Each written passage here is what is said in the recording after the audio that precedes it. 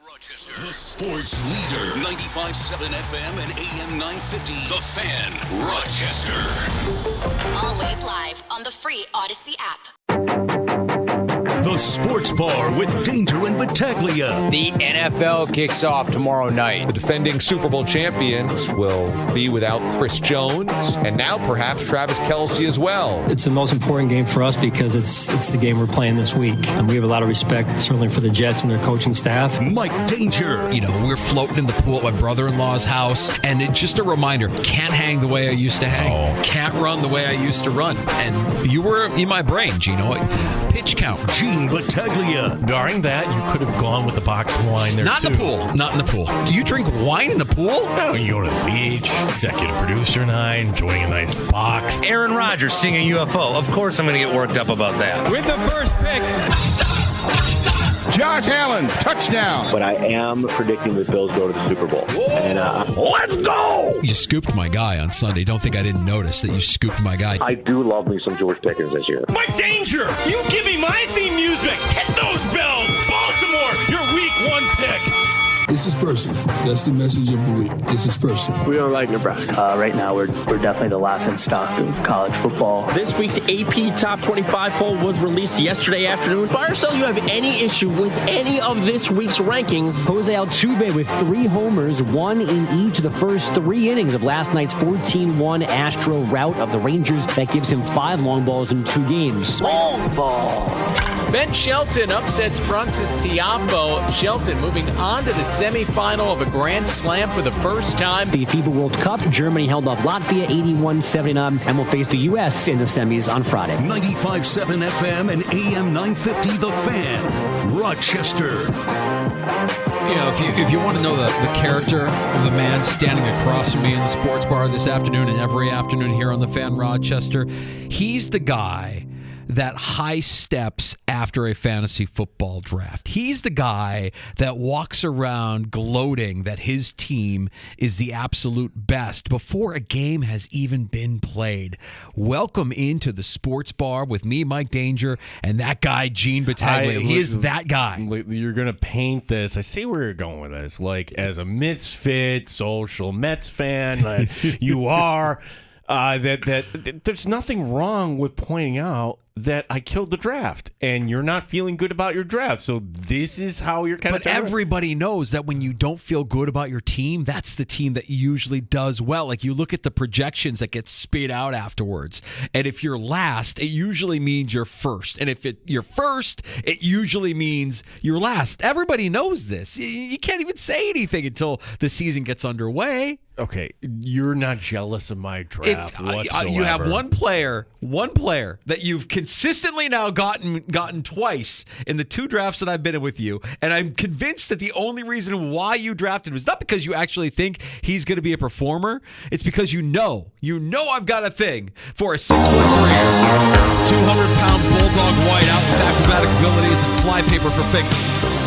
That's the only reason why you drafted him, was because I have a man crush on George Pickens. What did I draft him? Round 7 or 8? He's a backup at that point. You could have had him as a starter, as a backup that round. He was sitting there. That was the choice, Mike Danger. I'm sorry. That's the way the board fell to me. Mm-hmm. And I know you can offer up a trade at any point. Oh, cool. Yeah, I'll trade one of my J.K. Dobbins for George Pickens. No. Wow. No. Mm-hmm. No. Well, see, you drive a hard bargain. I don't know that I want him that badly. And I don't know I want to do a business with you, Gene Battaglia. I don't know that I want to do this trade with you if you're going to walk around here gloating, thinking that your team is the best before a game has even been played. You're that guy. Gloating. I'm going to quote Brandon Bean. You know how he does listen? Listen. Listen, Mike Danger. Listen. That trophy is going to be sitting right there. It's going to be sitting right there so you can look at it every single day. And you can think back the last time it was here. This day on September 6th, the year 2023. Oh gosh, I'm in for a bad fantasy season. I hate Gene because he drafted so much better than I don't feel like I'm in for a bad fantasy season. I don't love my team, mainly because I had to draft guys that I want to draft guys that I enjoy watching, that I actually like, which is where George Pickens would fall in. But when I had to draft Jordan Love in the, as my second quarterback in a super flex, that one, it makes me hate my team a little bit. Doesn't mean that he's not going to produce or not get me results. An emotional hedge, knowing that if Jordan Love does what you fear he's going to do to your team week 1, well, I can separate my emotion on that, Gene. Thanks very much. I'm an adult. I can separate my emotion there. But I'm a little bit nervous about you walking around here predicting that you're going to win the trophy, and it's going to be sitting right there when week 1 hasn't even begun yet. I'm a little bit nervous. Yeah, Masterstroke took Josh Allen as predicted, number 1 overall. Yes. It is a super flex, so that means you're generally drafting a quarterback like that, number 1 overall. It means Mahomes fell to me. No, nobody cares about our fantasy team, by the way. And we'll talk plenty of fantasy football tomorrow afternoon in the sports bar when Andy Behrens from Yahoo Fantasy, the guy that you see if you're on a Yahoo league, the guy that pops up on your draft screen and tells you why your pick position is terrible or great. Like, oh, you're picking 9th? Well, better luck next year. That's Andy Behrens will be joining us tomorrow afternoon. We got a great show for you this afternoon, and we appreciate you stopping by the sports bar here on the Sports Leader. However you may be listening, 95.7 FM, AM 950, the free-to-download Odyssey app. Your smart device has us on when you ask it to play 95.7 The Fan, at The Fan Rochester on YouTube and Twitch as well. We'll talk plenty of Buffalo Bills this afternoon. Alex Brasky from the Batavia Daily News was at practice today. Yeah, so we'll talk to Alex about what he saw at practice and the portion he was allowed to see. They're still doing their interviews out there. So Josh Allen speaking. And we'll get to this in a second. This week's starting middle linebacker, Terrell Bernard, will be, we'll get his thoughts, Alex Brasky's thoughts on these moves. Sean McDermott announcing today. Alex Brasky, Bills Digest, Batavia Daily News, and other things joining us in the 4 o'clock hour. Now, if you were concerned, I don't know that anybody listening would be concerned about what could be, an upset tomorrow from the Kansas City Chiefs. Don't worry, because Jay Binkley is going to stop by later this hour, and everything will be fine in Kansas City. Everything will be fine. Fellas, let me tell you something. Like, Andy Reid is going to... Zero nerves. Andy Reid is going to have Patrick Mahomes, and it'll be fine. The defense will be fine without Chris Jones. Yeah. Travis Kelce, you can take this off. Fellas, I've been telling you this all along. As long as you, Buffalo, gave us Patrick Mahomes, and this is the thing that upsets me. When I went on his show, and he's going to probably go into this, no, we're not concerned about Buffalo. That's right. Cincinnati's the rival. That's right. Yep. That's exactly right. So Jay Binkley from 610 Sports Kansas City, our Odyssey Sports sister station, will be joining us here in about 15, 20 minutes or so. You can join us on the Good Smoke Barbecue and Pub Wingman line. That's 866-4FAN. Award-winning barbecue from Good Smoke Barbecue and Pub. The new location at 135 West Commercial Street in East Rochester. GoodSmokeBBQ.com. So the official depth chart is out, and we have official announcements. As we kind of expected, Osiris Torrance, he will be your starting right guard for the Bills game against the Jets. Sean McDermott earlier today. Well, I'll start with Ryan. He's a really good football player. There was nothing Ryan didn't do. It was more of Cybo coming in as a young player and, again, taking it one play at a time and having a workman-like approach to his game early on in spring and then in training camp again, and thought he handled himself well. And but just like Christian, TB and now Cybo, they're all young players that are a little bit inexperienced at this point, but we're confident in them, and let's take it one play at a time. It's not an individual game; it's a team game. Cliff notes here: TB, Terrell Bernard. Yep. Cybo. Did you know he got Cybo? I didn't know that. Cybo. Okay. Yeah, Cybo is your right guard for the Buffalo Bills, and this is the right choice. Yes, Christian Benford. Yes. CB. Yeah. CB. Sean McDermott, we should have played this clip first. Sean McDermott announcing some of the Bills starters. Yeah, so Terrell Bernard will start next to Matt Milano. How did you kind of get to that position? Well, we thought he did some good things when he was healthy and available, and unfortunately that situation, that competition got cut a little bit short due to an injury. But we're confident in TB, and I'm excited to watch him play. And he's got to take it one play at a time. Yeah, Christian will start. Yep. And right guard? Cybo will start. Okay. The real answer is Dotson ain't it. Okay, Dotson, we're fearful that Aaron Rodgers will look him off and he'll use the middle of the field, so it's next man up, and fingers crossed TB's the guy.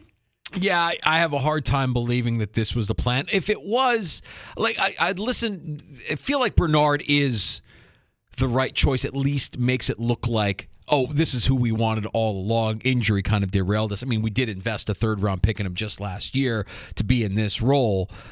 And now it's a matter of, can he perform? Can he rise to the occasion? Because if he can't, well, you do still have Christian Kirksey on the practice squad who has that experience, who will get up to speed quick enough and was very productive just last season in the NFL.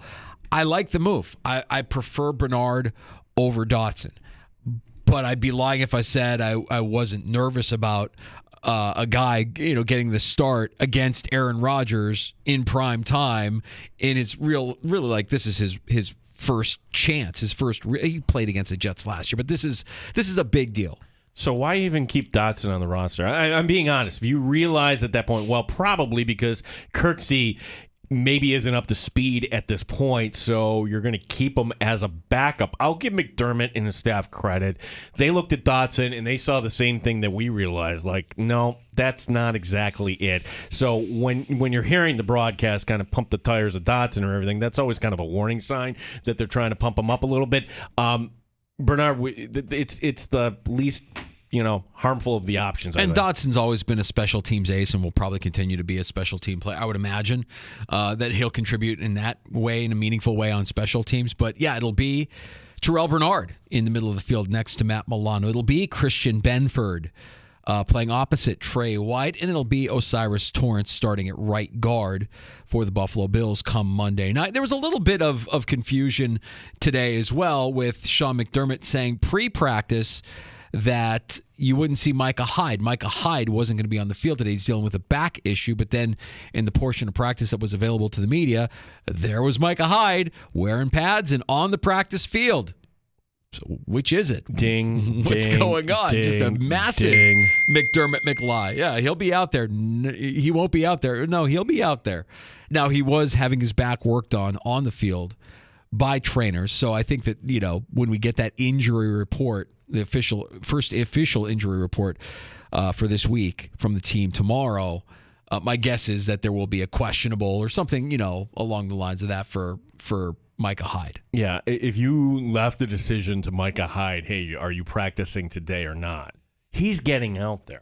That's how he and Poyer are wired. When we talked about this at camp, the idea that, well, bringing in a Taylor Rapp's good because that can give Poyer or Hyde just kind of a breather.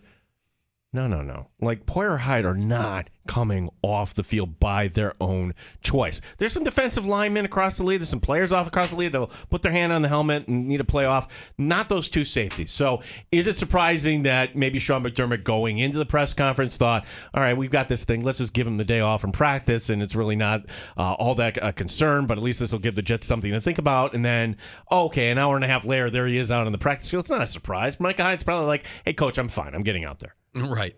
It shows how much authority he has over his veteran players. Like, there's got to be a level of trust that he has with Hyde and Poyer that he probably doesn't have with some of the younger guys on the team. So to see Hyde out there was certainly good news for the limited portion of the practice that he was, and he'll probably be limited again in practice tomorrow when we get that first official injury report. I would imagine that, leading up to Monday, it's a questionable tag for Micah Hyde. It's back to football season. Just got a text from one of our advertisers, Johnny Boxspring. Hey, Johnny Boxspring. Love the McLies. Yes, McDermott McLies. We like to, hold coach accountable. Let's face it. I mean, a lot of times he's going up against an inferior opponent, but he has to do the right thing. He has to be political. He has to say the right thing, even though we all know you're lying, dude. You're lying. So what was the one that we played here? On Bernard. Like, why did you like Bernard? Well, I don't know if these are lies or half truths. Yeah. So Terrell Bernard will start next to Matt Milano. How did you kind of get to that decision? Here we go. Well, we thought he did some good things when he was healthy and available, and unfortunately, that situation, that competition, got cut a little bit short due to an injury. But we're confident in TB, and I'm excited to watch him play. And he's got to take it one play at a time. Yeah, Christian will start. Yep. And right guard. Saibo will start. I'm not going to ever be comfortable with hearing Coach McDermott call one of his players Cybo. TB, CB. MD, how you feeling today, buddy? Pretty good, GB. Not too bad. GB, what's going on? We're going to talk to AB later. JB coming up here in a little bit. And Cybo. Who's Cybo? Dando over there, helping us put together the show. The Dandalorian. Dando.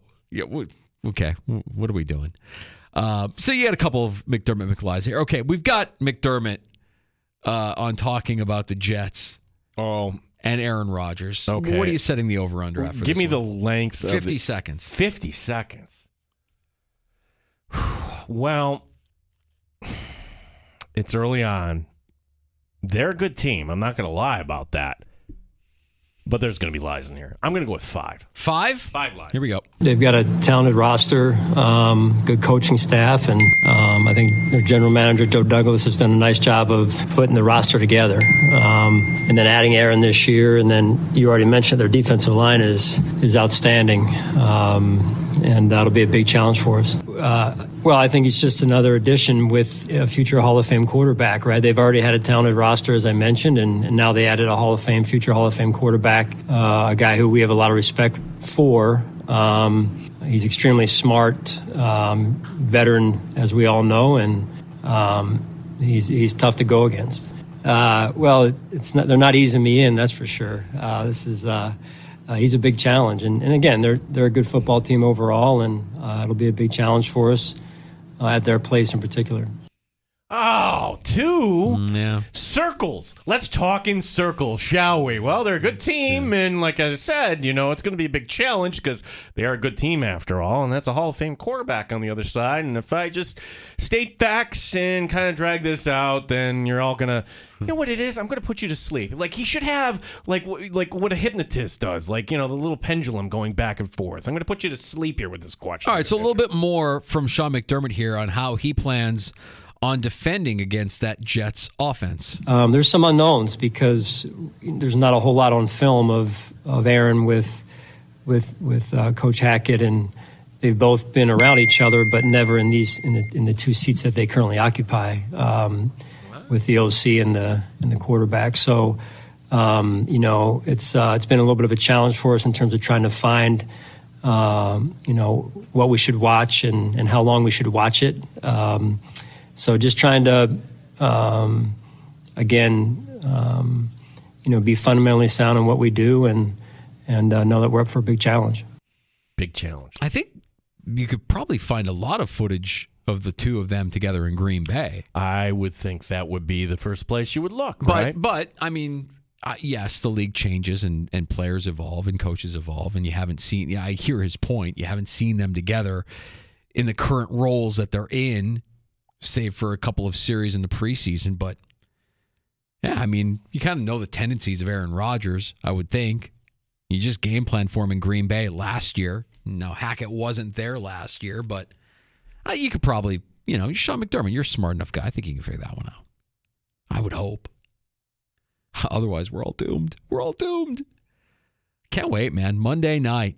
The game underway, or the game will be underway Monday night. You can hear the pregame here on the Fan Rochester starting at 4:00. Well, I'm excited for tomorrow night because the Kansas City Chiefs will raise the banner, and Andy Reid will have this team prepared. You know how well he is off of bye weeks and in the opening game. Well, we can tell you what's going to happen before it even happens.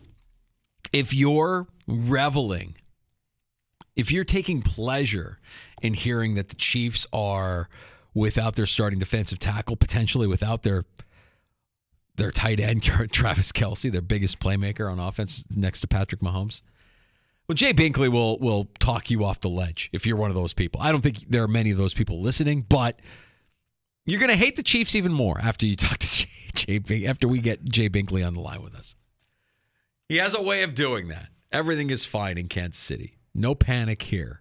Boys, we're going to take care of the Lions. We started out slow last year. We lost to Buffalo in week 4. Look what ended up happening. Yeah. Here's what I would be curious about, because I think you're subscribing to this theory if I get the sense here, Danger. We'll have our bold predictions tomorrow. But Jacksonville's got a nice, clear, easy path here to getting the number 1 seed because they could be in that division as long as they win some out-of-conference, out-of-division games. Like Kansas City going on the road. Is this finally going to be the year we get Kansas City and Buffalo maybe for the postseason? Yeah, I struggle with that. Jacksonville as a 1 seed is interesting. I don't necessarily think that's going to happen. I don't trust their defense. I don't trust Trevor Lawrence, actually. We saw some good things, but I think there's still a little bit left to be desired overall.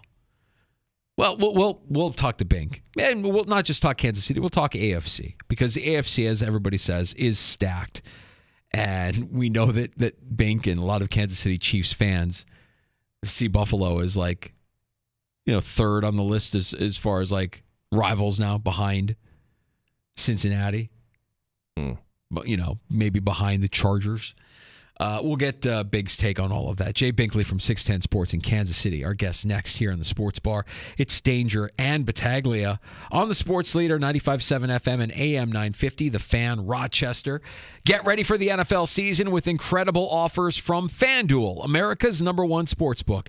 It's Mike Danger for FanDuel Sportsbook, the official partner of 95.7 The Fan. Right now, new customers can bet $5 and get $200 in bonus bets guaranteed. Plus, all customers who bet $5 will get $100 off NFL Sunday Ticket from YouTube TV. And YouTube now is the best time to join FanDuel. The app is easy to use, and you can bet on everything from spreads to player props and more. So visit FanDuel.com/Mike, M-I-K-E. Kick off the NFL season with an offer you won't want to miss.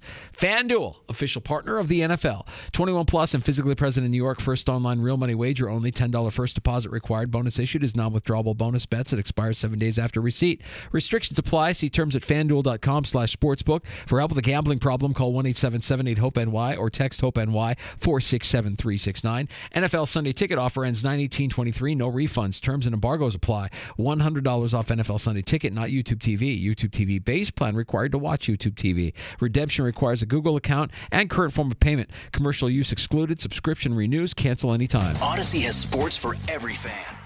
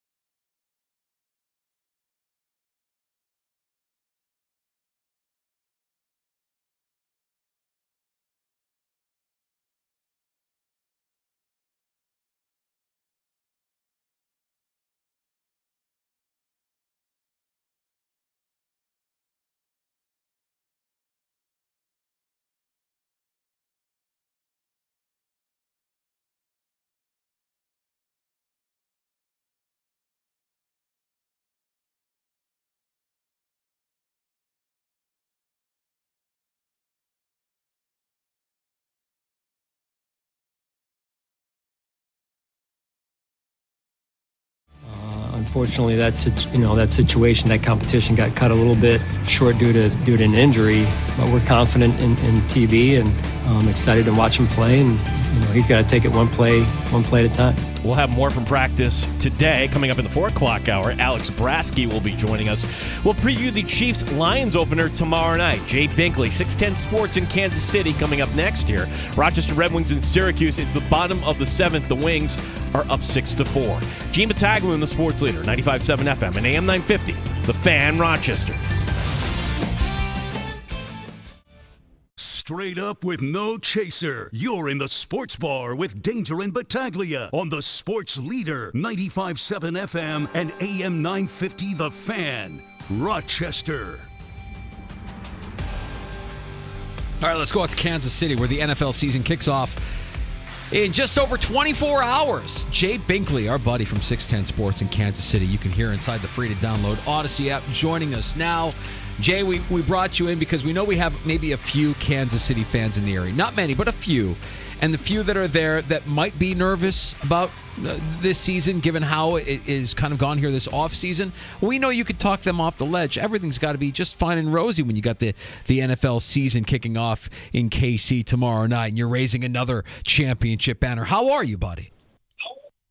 Good, my friends. How are you? It's definitely nice to have this, other than the limited capacity, because it was after it's just as soon as COVID hit, where the Chiefs were putting the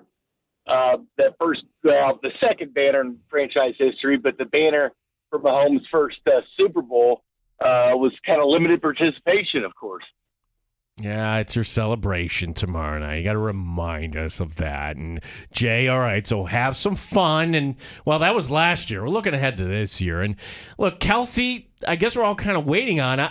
I'm curious to get your opinion on Chris Jones. Let's say they work this out. Could he actually be in the lineup tomorrow night? Or have we passed the point of no return for Chris Jones and his availability for week 1? Could he be in the lineup? Yeah, I think so. He did a charity thing here in Kansas City. He was at the Ronald McDonald house, or doing a charity for the Ronald McDonald house. He's at McDonald's this morning and had like a little impromptu press conference, which is, those are always kind of, I'm sure the team is real happy about that. But he had a press conference, said he could play today, said he can play anytime, he's ready to go. But with Andy Reid and Chiefs policy, Andy Reid, if you don't practice on Friday, you don't play on Sunday. Well, this is a game tomorrow, and he hasn't been with the team practicing since last year before the Super Bowl. So I think it's foregone conclusion. Even if he did sign a contract today, he will not be playing tomorrow night. Hey, Bink, let's dive a little bit deeper into Jones's comments, because I think he also mentioned while he was giving that impromptu press conference that he purposely stayed away from the team, didn't want to be a distraction as he was holding in. We've seen other instances in the NFL where a hold-in, can be a distraction, but can also lead to getting that deal done. I'm thinking specifically of T.J. Watt in Pittsburgh. Did he mismanage this? And do you think Kansas City is going to work in their best, as hard as they can to do right by this guy? Or do you think that there's some bad blood between the two right now? Yeah, holding in would have made the most sense. But, yeah, I mean, I don't know if there's bad blood, so to speak, and players would never say anything about it. It's not players' code that if a guy's up for contract, they don't say anything about it. But I thought the Chiefs certainly thought they had him in the gear. I know that everybody, at our station, we all thought Chris Jones was signed as soon as training camp began.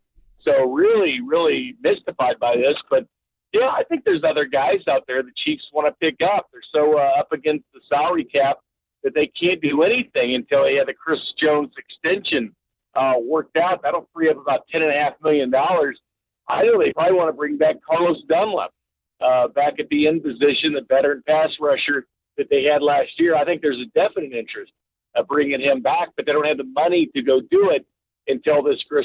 Obviously, that got the Chiefs out of the DeAndre Hopkins sweepstakes and you name it, because they did not have this deal done with Chris Jones. So, yeah, I think it's starting to build a little with the Chiefs. They think they've presented a fair offer. I think Chris Jones' camp allegedly wants what they want. They're not far apart, maybe in terminology between 2 and 3 years. The Chiefs do get concerned with paying somebody over 30 years old. He's not quite 30 yet, but will be. And I know that's kind of a concern with the Chiefs. The outside of a quarterback position, what position do you actually want to pay that much money to? So I think it's a concern, but it's been a positive thing. I mean, nobody's really gone after the other. The Chiefs haven't gone after Jones, and he hasn't gone after them. But behind the scenes, they would have to be a little bit frustrated, you would think, because this is their best defensive player. This is one of the 3 best players on this team. Jay Binkley, 610 Sports in Kansas City, and you can hear him weeknights on nights where the Kansas City Royals are not playing. Tomorrow night, Jay, if indeed Jones isn't going to be available, and let's say Travis Kelce isn't available, which one is the bigger loss? Oh, I'm going to say Jones. I'm going to say Jones because of that defense. I felt the Chiefs were on the cusp of being a top 10 defense. Patrick Mahomes has never had a top 10 defense. When you look at some of these other quarterbacks, Josh Allen, he's had, the number 1 defense, the 49ers defense. Mahomes hasn't even sniffed a number 1 defense. How good could this team be with even a top 10 defense? They were 11th in yards against last year, second in the NFL in sacks with 55, and Chris Jones, 15.5 was a huge part of that. And I know when I'm sitting there doing the post game tomorrow night, and it's going to be lingering. I'm real curious, guys. I'm real curious how this goes because it's either going to be a lot of happy people or negative people. And Chris Jones' name is going to be brought up all the time, especially if this defense going against a very, very, very good Detroit Lions offense.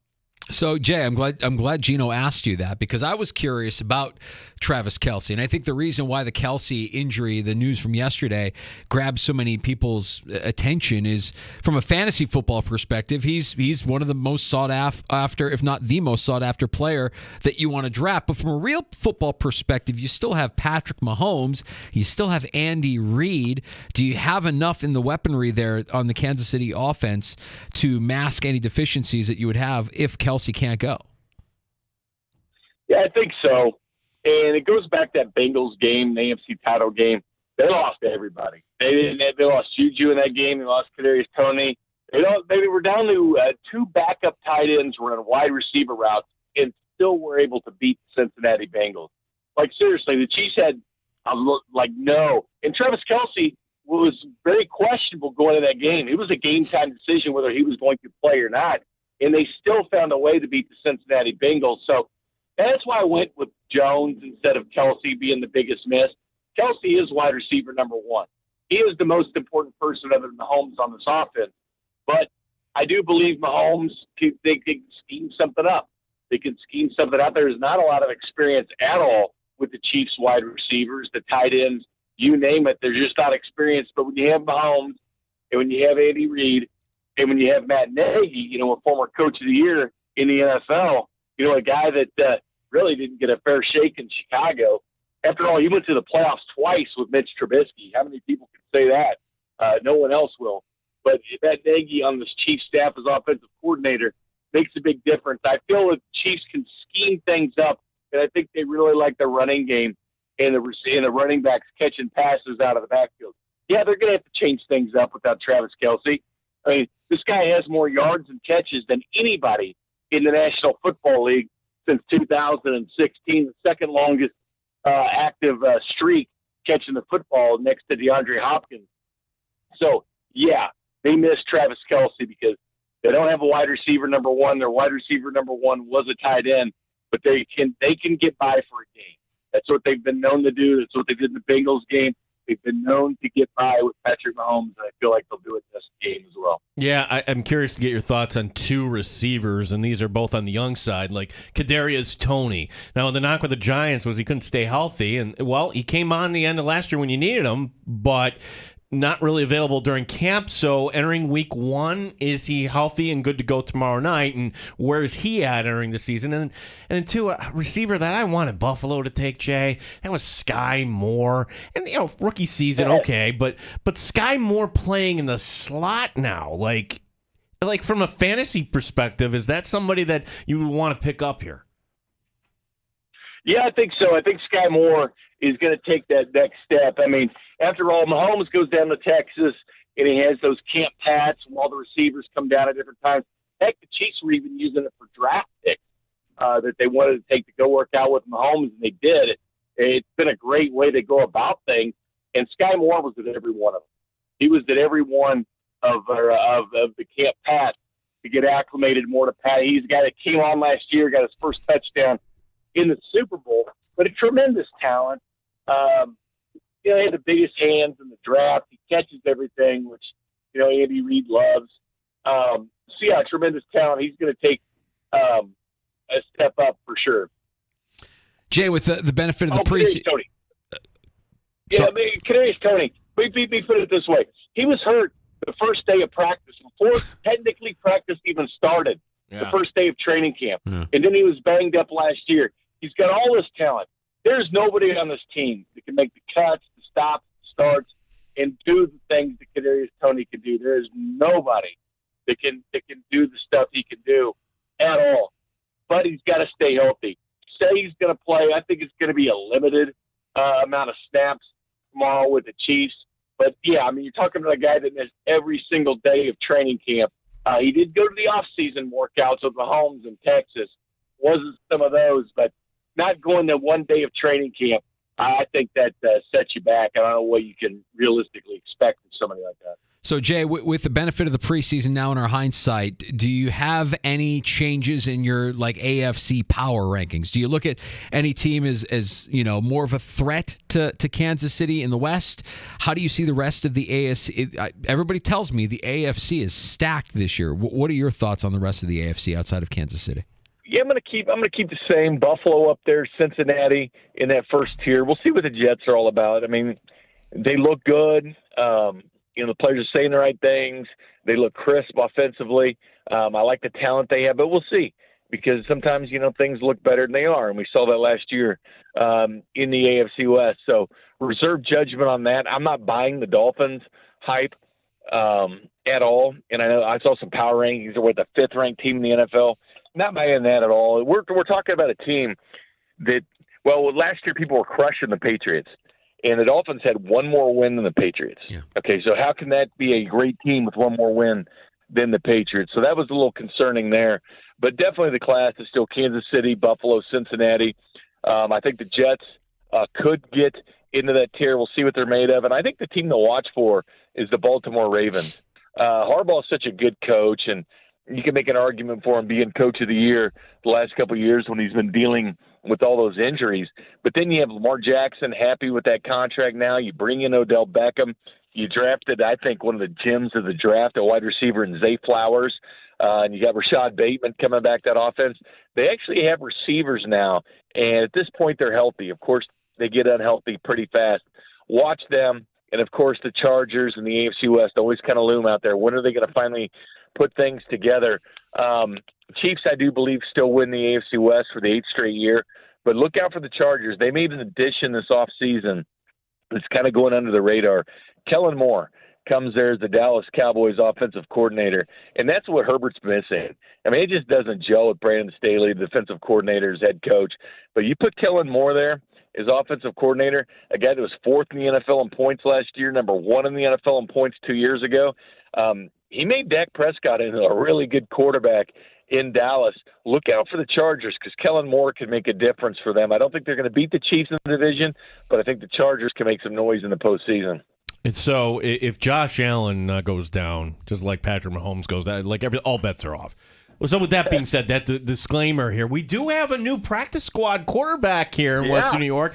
Tell us about Shane Buechele. And here's the thing. I'm excited to see how he's going to come along on the practice squad, but I'm also kind of curious, all right, well, if he was really any good, wouldn't he still be in Kansas City? Like your thoughts on Shane Buechele as he spent time with the Chiefs last year? Yeah, that's hilarious, guys. It was hilarious that he ends up with Buffalo. When did the bright lights and the little single chair in the room get put on Shane Buechele? Yeah. All right, Shane, tell us everything they're doing. No, I mean, Shane Buechele's got a lot of talent, and there was a lot of talk here because there's not a ton of storylines outside of Chris Jones through camp holding out, but it's the backup quarterback position. People are talking about Blaine Gabbert that came over here from the Buccaneers. And Shane Buechele, has he earned enough to be the second-string quarterback? There's a lot of fans here that think that Shane did earn it. And some of the things the coaches are saying, like, we got a competition now for the number 2 quarterback. And Chiefs' first preseason game, Buechele looked great. And the second one, he looked great as well. And then the untimely interception against the Browns in the preseason that was returned for a pick six, I think was kind of the final nail in the coffin for Shane Buechele in Kansas City, which, by the way, was picked off by Juan Thornhill, a starter last year at safety on the Chiefs' defense, returned it for 6. But it was a close competition. But Blaine Gabbert just held it strong, man. I mean, he just always – Shane Buechele would go out. He was 10 for 10 one game, Buechele was. Looked great. And I think he's got a lot of potential. But as I've been telling the listeners, it's kind of, what do you want? What do you expect the Chiefs to do? First of all, this guy's never going to start for Kansas City. Is it developing Shane Buechele that's going to end up being a starter for the Broncos or anybody else? Like, do you want to spend the time in development and develop a guy that's not going to end up being a Kansas City Chief, could be a guy that beats the Kansas City Chiefs eventually? Or do you want a guy like Blaine Gabbert that you trust, like Chad Henne, that had to come in against the Jaguars last year in the postseason, and he had to orchestrate a 98-yard drive? People kind of forget about that he did that in the postseason. And then he converted in the playoff game a couple years ago against the Browns on 4th down. They want a guy like that. You talk about a guy that you can trust that's been in this league. He's a former first-round pick. He's been behind Tom Brady. Now he's behind Mahomes. I think that's why Shane Buechele isn't here. I think the guy actually has a bunch of potential. He's a fun player to watch. It just wasn't going to work out in Kansas City because they wanted that experience winning out for somebody Andy Reid could trust going into a game. But I think that's the only reason, to be honest with you. Shane Buechele was almost quarterback number 2. Jay, we're about 24 hours away, almost 24 hours away from the kickoff to the 2023 NFL season there in Kansas City with your Chiefs hosting the Lions. For the diehard NFL fan that can't get enough, that wants to tune you in tomorrow on the free-to-download Odyssey app, what's your involvement going to be with the game tomorrow?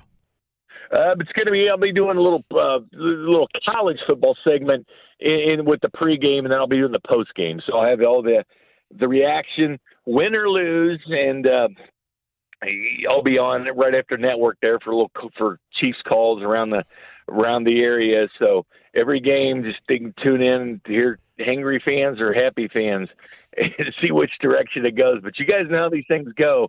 Fans get a little upset with losses, even for a team that continues to win like the Chiefs. They still get mad. Yeah, Jay, one I want to sneak in here. Like your thoughts here on Jacksonville, because Peter King had an interesting take that they have a clear path to the number 1 overall seed. Kansas City on the road, if it ends up being that way, like that's been the comfort here the last few seasons, that push comes to shove, AFC Championship game is going to be in Kansas City. But your thoughts on a competitive AFC? What if the Chiefs have to go on the road? You know what? They're built for the road. They play just as well, if not better, on the road. If you want to look at what they've done on the road, 2 years ago, they were undefeated on the road. Mahomes has never lost a divisional road game. Think about that. He is 16-0 against the division on the road, meaning this team travels well. And when you have Mahomes, you have Andy Reid, it doesn't matter if you're playing on Mars, the moon, or whatever. This team can play wherever the situation. I think the Chiefs like a chip on the shoulder. They like when people are angry with them. They like when people are booing them. I mean, they enjoy that. I mean, that's something they thrive on. Is when people, the negative press they get or whatever, they enjoy that. So they're good on the road. But Jacksonville, and I agree with that. You look at the schedule, you look at the cross divisions that they're playing with the NFC South, and of course in the AFC as well. It's a very, very winnable schedule for the AFC. I think Trevor Lawrence has passed Justin Herbert, to be quite honest with you, in the rankings. But that's a very favorable schedule for Jacksonville, and that team is loaded. And they got a head coach, with a Super Bowl ring, and oh, by the way, was trained by Andy Reid. So that's a pretty good football team that's already got a playoff under their belt last year. But it comes down to schedule a lot, fellas. We know that in weeks 12 through 17, the Chiefs have to have less rest than every team they play. Now, week 2 is going to be nice because the Chiefs will have that extra rest before they go play Jacksonville, which they do play in week 2. So because they're playing Thursday night, they'll have that week in a couple days. But weeks 12 through 17, Sharp Football put it out. He has never seen this within the last 35 years. The Chiefs have less rest than anybody And within that span includes the Buffalo Bills and the Cincinnati Bengals that the Chiefs would have less rest against. And keep this in mind. They've got less rest than anybody in the NFL because the last 5 years they've either been in the AFC title game in overtime or in the Super Bowl. So advantage there for some of the other teams if you want to go by rest. Yeah, you got your built-in excuse when the Bills beat the Chiefs later on this season, Jay. Congratulations. You know what, guys? Shove that one away. We know the regular season doesn't matter. It's the postseason. That's the only thing that matters, and the Chiefs have had no problems beating the Buffalo Bills in the postseason. Who cares about the regular season? Jay, you're the absolute best, man. Appreciate you making time for us this afternoon. Enjoy tomorrow night. We know it's going to be a blast. We'll be living vicariously through you. You guys are the best, too. Always the best. Love having you guys on my show, too. Thank you, guys, and enjoy the game tomorrow. Thanks, Jay. There he is, Jay Binkley, 610 Sports in Kansas City. I heard some excuses there. Tail end of the schedule's tough for Kansas City. We don't get it. We don't have enough rest. Okay. Let's tee this up here. Well, while Chris Jones didn't get his money, Mike Danger, we have breaking news in the sports. Ow! It really hit me. I didn't know it was coming back that far. Per Schefter, Nick Bosa has agreed to a 5-year, $170 million extension, $122.5 guaranteed. It'll make him the highest paid defensive player in history. Good. See, that's how it's done. Now, if you're Chris Jones, you look at that, you're like, I know they're not the same position, but they, you could argue they have the same value to their team's defense. Do you look at that and be like, all right, now you know the baseline, Kansas City. That's what I'm looking for. Jones kind of softened his stance, saying, I just want to raise here. So he's like opening the door. $122 million guaranteed. Oh, good for him. Also, Rappaport passing along. The Chiefs have put out their official injury report. Kelsey, as you would expect, questionable for tomorrow night. Mm-hmm. He doesn't miss a lot of games. He hasn't missed a lot of games. He's always nicked up, but he always finds a way to get on the field. I'd be surprised if he's not out there tomorrow.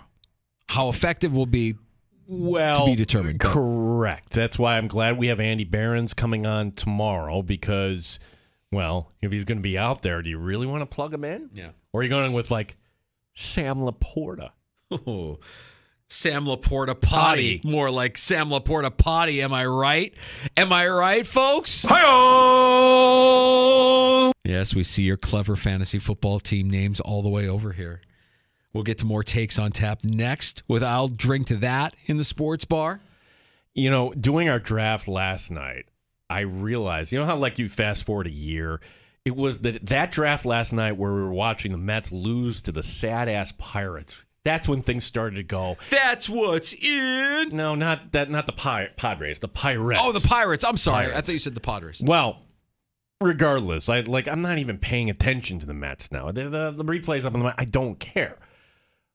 But the Mets aren't the saddest team in baseball, Mike Danger. No. I will give you another example of why this team is embarrassing. And also, our week one game of the week, Dallas and the Giants. And one of the two head coach said today, whether it was Daboll or whether it was the other guy in Dallas, said something that I thought was incredibly dumb. So we'll kind of go over that. Here's an exercise for you. 14 playoff teams in the NFL last season. 14. How many do you have not making the postseason in 2023? Chew on this for a second. All right. You had the Chiefs, the Bills, the Bengals, the Jags, the Chargers, the Ravens, and the Dolphins in the AFC. In the NFC, you had the Eagles, the Niners, the Vikings, the Bucks, the Cowboys, Giants, and Seahawks. Of those 14 playoff teams in the NFL, how many do you have not making the postseason in 2023? I'll share my take on that. And you can join in on the Good Smoke Barbecue and Pub Wingman line at 866-4326. The best barbecue in town? That's easy. It's Good Smoke Barbecue and Pub in East Rochester. Love it there. Award-winning barbecue, lunch, dinner, catering, must-try weekday specials like Taco Tuesday or tonight's Wacky Wing Wednesday. Tuesdays, you get Good Smoke's chicken, pork, or beef gorditas for only $3. And today, Wacky Wing Wednesday. Buy one, get one free wings. Good Smoke's giant signature wings for buy one, get one free on all 6 or 12 wing dine-in orders. On top of that, Good Smoke's Super Happy Hour features buy one, get one draft beers and $3 well drinks. Weekdays from 2 to 6. Good Smoke Barbecue and Pub, 135 West Commercial Street in ER. Odyssey has sports for every fan. Keep up with your favorite teams from across the country and get the inside scoop from experts. AUDACY. Odyssey. Every piece of land has a story. Some write theirs behind the wheel of a John Deere 1 Series tractor, like the Upshaws. This is my tractor, Penny. It's all about attention.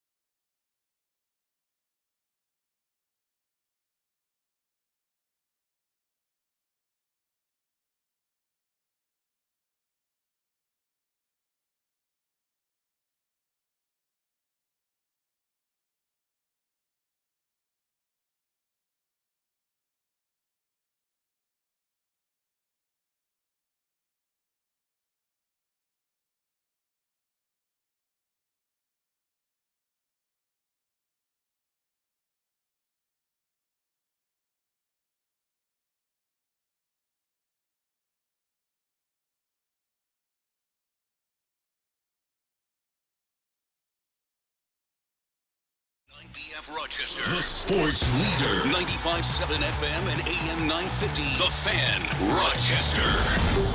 Always live on the free Odyssey app. The Fan Rochester Sports Update. Buffalo Bills naming their starters today. It'll be Osiris Torrance at right guard, Terrell Bernard at middle linebacker, and Christian Benford starting opposite Trey White. Again, over the course of spring and training camp, he was on his assignments. I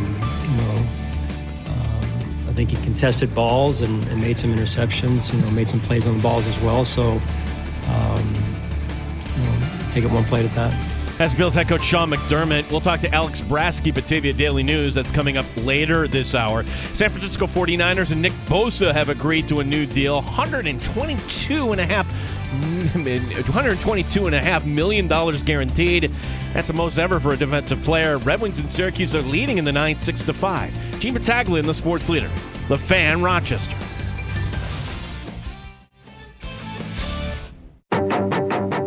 The Sports Bar with Danger and Battaglia. The NFL kicks off tomorrow night. The defending Super Bowl champions will be without Chris Jones, and now perhaps Travis Kelce as well. It's the most important game for us because it's the game we're playing this week. And we have a lot of respect, certainly for the Jets and their coaching staff. Mike Danger. We're floating in the pool at my brother-in-law's house, and it's just a reminder, can't hang the way I used to hang. Can't run the way I used to run. And you were in my brain, Gino.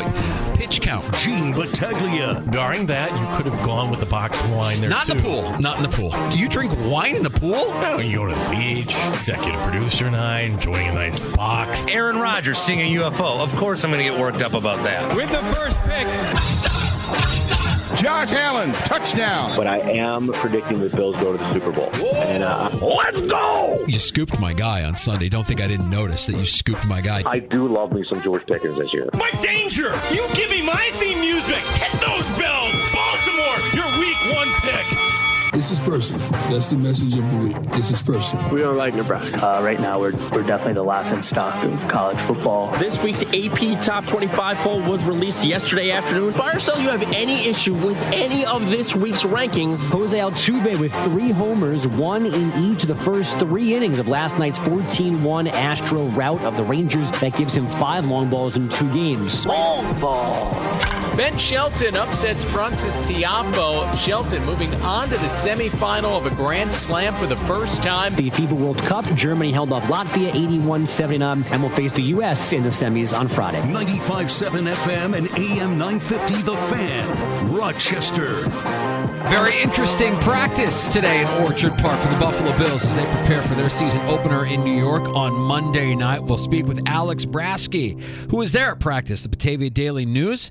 He'll join us here in just about 20 minutes or so in the Sports Bar with Danger and Battaglia. We'll get to some takes here in a few. We appreciate you stopping by and listening along at 95.7 FM, AM 950, the free-to-download Odyssey app, or maybe you're checking out the streams at The Fan Rochester on YouTube, on Twitch, on your smart device as well when you ask it to play 95.7 The Fan. Gino, are you ready to dish out some takes? When we get to Alex, too, by the way, they have some signage up. Remember how they had the signage up, Find a Way? Something different in Buffalo, so we'll talk to Alex about this. Yeah, Sean McDermott, I think, actually talked about it as well. Did he not? Yeah, he did. So we can get to that, and we'll get to some McDermott McLies here throughout the course of the show. Very good. Shohei Ohtani, another bummer. He's got an oblique. Now, not on the injured list. Maybe he'll go on. It's just a bummer because, well, you want to see him. And funny how if you have an injured elbow, sometimes you overcompensate. And all the time. All the time. So predictable. The Angels ruining Shohei Ohtani, but that's not really the take here. Here's the story here. Yesterday, and DA talked about this morning too, team picture day with the Angels, but Ohtani was at the doctor. So should they do team picture day at the start of the season? You would think. Like it's team picture day for this season, not for next season, because the team is going to turn over. I don't understand that. Okay. So team picture day was happening, and Ohtani is not there because he's at the doctor's. So rather than just when you're putting at the bottom, not pictured, what do the Angels do? Well, the LA thing, right? Instead of a stunt double, let's just get a body double for Shohei Ohtani. Oh, no. Somebody going out there wearing number 17. It's embarrassing. You bet it is. I mean, this with fake Shohei in the team picture, this becomes an instant collectible, right? Everybody's going to want to see this. Oh, I got to know if you're a collector, my collector friends who might be listening, if you had a chance to get your hands on this team photo with Shohei Ohtani. That's a good one. Okay. Shohei Ohtani is in the team photo. Is that a collector's item? Does that have value to it? There was a baseball card. Was it Billy Ripken that had the baseball? F-face. Yeah, F-face on the butt of his bat. Yeah, right. That became like a collector's item, right? I don't know what it's worth. I don't know if it's worth anything, but at least it was a collector's item. I got to imagine that this is now a Shohei Ohtani team picture with the Angels. Has to be a collector's item. Yeah, you're right. This is just an absolute disgrace, another embarrassment for the Angels. Wouldn't you want your team photo to be done as close to the first day of school as possible? Like, get it done within the first week of the season, or are you just so into the season now that you know, let's schedule it for the end of the year. We know we're not going to be contending anyways. See, that's a funny thing. We're not collectors, but we know the F-face card, Billy Ripken. Yeah. $80, it's got a value. Right. But if you have it, it's like, you're showing it off. If you have it, it's not really worth anything, but you're showing it off. And this would be fun to show off. Like, yeah, that's not Shohei, that's Shohei. Yeah, and look, I want to give my thanks right now. Because, it's been like a year since the Mets have been in this downward spiral to the part where I'm just dead inside. Yeah. I don't even care. We don't talk about it. You can't even make fun anymore. What's to make fun of? No, I'm downtrodden. Yeah, you are. I'm downtrodden. But you're living now. You're enjoying the misery of others. That's the stage of grief that you're in. That's it. And it has so come up because at some point Carolina will come back to the sports bar, as will Dan Fates, and their teams will be in the postseason. And Mike Dangerous Cubs might sneak in. Might sneak in. They're in, dude. They're going to be in. I'm not going to. You're not in yet. Yes, but I'm not going to rub your nose in it. I mean, I might be into it a little bit more than I have been through the regular season. I think I said it about a month ago. I called my shot. I'm like, they're going to be in the postseason. And I said no at that point. And so when they're in the postseason, once again, I'll be more invested than I have been maybe earlier this season when they started off kind of slow and sluggish. They had their moments throughout the course of the season, but they're pretty good. They could surprise some people. We'll see. So gave you this exercise before we went to break. Out of last year's 14 playoff teams in the NFL, how many do you have out in 2023? And just to recap, in the AFC, you had the Chiefs, the Bills, the Bengals, the Jags, the Chargers, the Ravens, and the Dolphins. The NFC, Eagles, Niners, Vikings, Bucks, Cowboys, Giants, Seahawks. How many do you have, Gino? All right, I think the easy one to pick off in the AFC, I'm sorry, Miami fans. It's not happening in the AFC. I'll plug in the Jets for the Dolphins at that point. Call me crazy. I still think the Chargers get in danger, and I certainly love Baltimore. I don't know how they got in last year. They're improved this year. So everything else kind of checks out in the AFC. I don't think there's going to be the big turnover. It's the NFC. I see turnover. I think the Vikings are out. I think the Vikings are going to come in on fumes. They were a fluke last year. Can we just admit that? Viking fans will tell you they were a fluke last year. I have the Seahawks going out. I still have the Giants getting it. So to answer your question directly, I will just only take out 3 teams. That's it. I can get to 5. 5 teams that made it last year that'll miss out this year. You covered some of them. Vikings played all last season with a horseshoe up their ass. Well, the Giants and the Seahawks, they were nice little surprises last year. I just don't think they'll match that level of success in 2023. Right? The one I forgot about. All right, you're getting to it. Yeah, I forgot about this guy. The Bucs. Yeah. I mean, the Bucs making it last year was a joke. They're soft tanking again this year. That leads me to the AFC, where I'm like you. I could see a lot of the same teams in, save for one, and that team is the Dolphins. I have the Dolphins on the outside looking in. Now, tomorrow, Gene, tomorrow's a special day. We'll share our 2023 NFL season bold predictions, and the manner in which the Dolphins will miss out will be one of my bold predictions. I will reveal just how Miami will find themselves on the outside looking in come the postseason. And you, the gentle listener of the Sports Bar, our friend here in the Sports Bar, we're encouraging you to write in with your bold predictions, whether that's X, whether you want to actually do it the old-fashioned way, actually call in and go write everything down. And then we're going to have accountability in the month of January. We will seal it. Yeah. We will then open it up. So that we're going to always good for a laugh. Yeah. Always good for a nice laugh. And we've had like we've had a handful of. I've made a couple of bold predictions. You've made a couple of bold predictions. I'm trying to remember some of the more bold predictions I've made before we even got to the bold prediction. So I'll rack my brain and try to revisit some of those. I think one of them was Pittsburgh winning at least 10 games. Yeah, I had the Chiefs going 9-8, missing the playoffs last year. Right. Oops. Yeah, so that's always some of these, fun to revisit. But yeah, it can't be like, the Bills are going back to the postseason. No. Bold predictions. Yeah, that's right. Bold predictions. Week 1. This is not like this game could go either way. Can we just kind of agree? Sunday Night Football, Dallas and the Giants. Funny how they put the number one media market against America's team. Yep. The Giants as a home dog in primetime. Very tempting. Now, look, Dallas still won both matchups last year. Giants were a playoff team. We still need something else to go off of here, right? If we're going to pick the Giants. And I came across this today. Mike McCarthy for the Dallas Cowboys in 2023 announced a theme. A theme. Carpe Omnia, which means apparently in Latin, seize everything.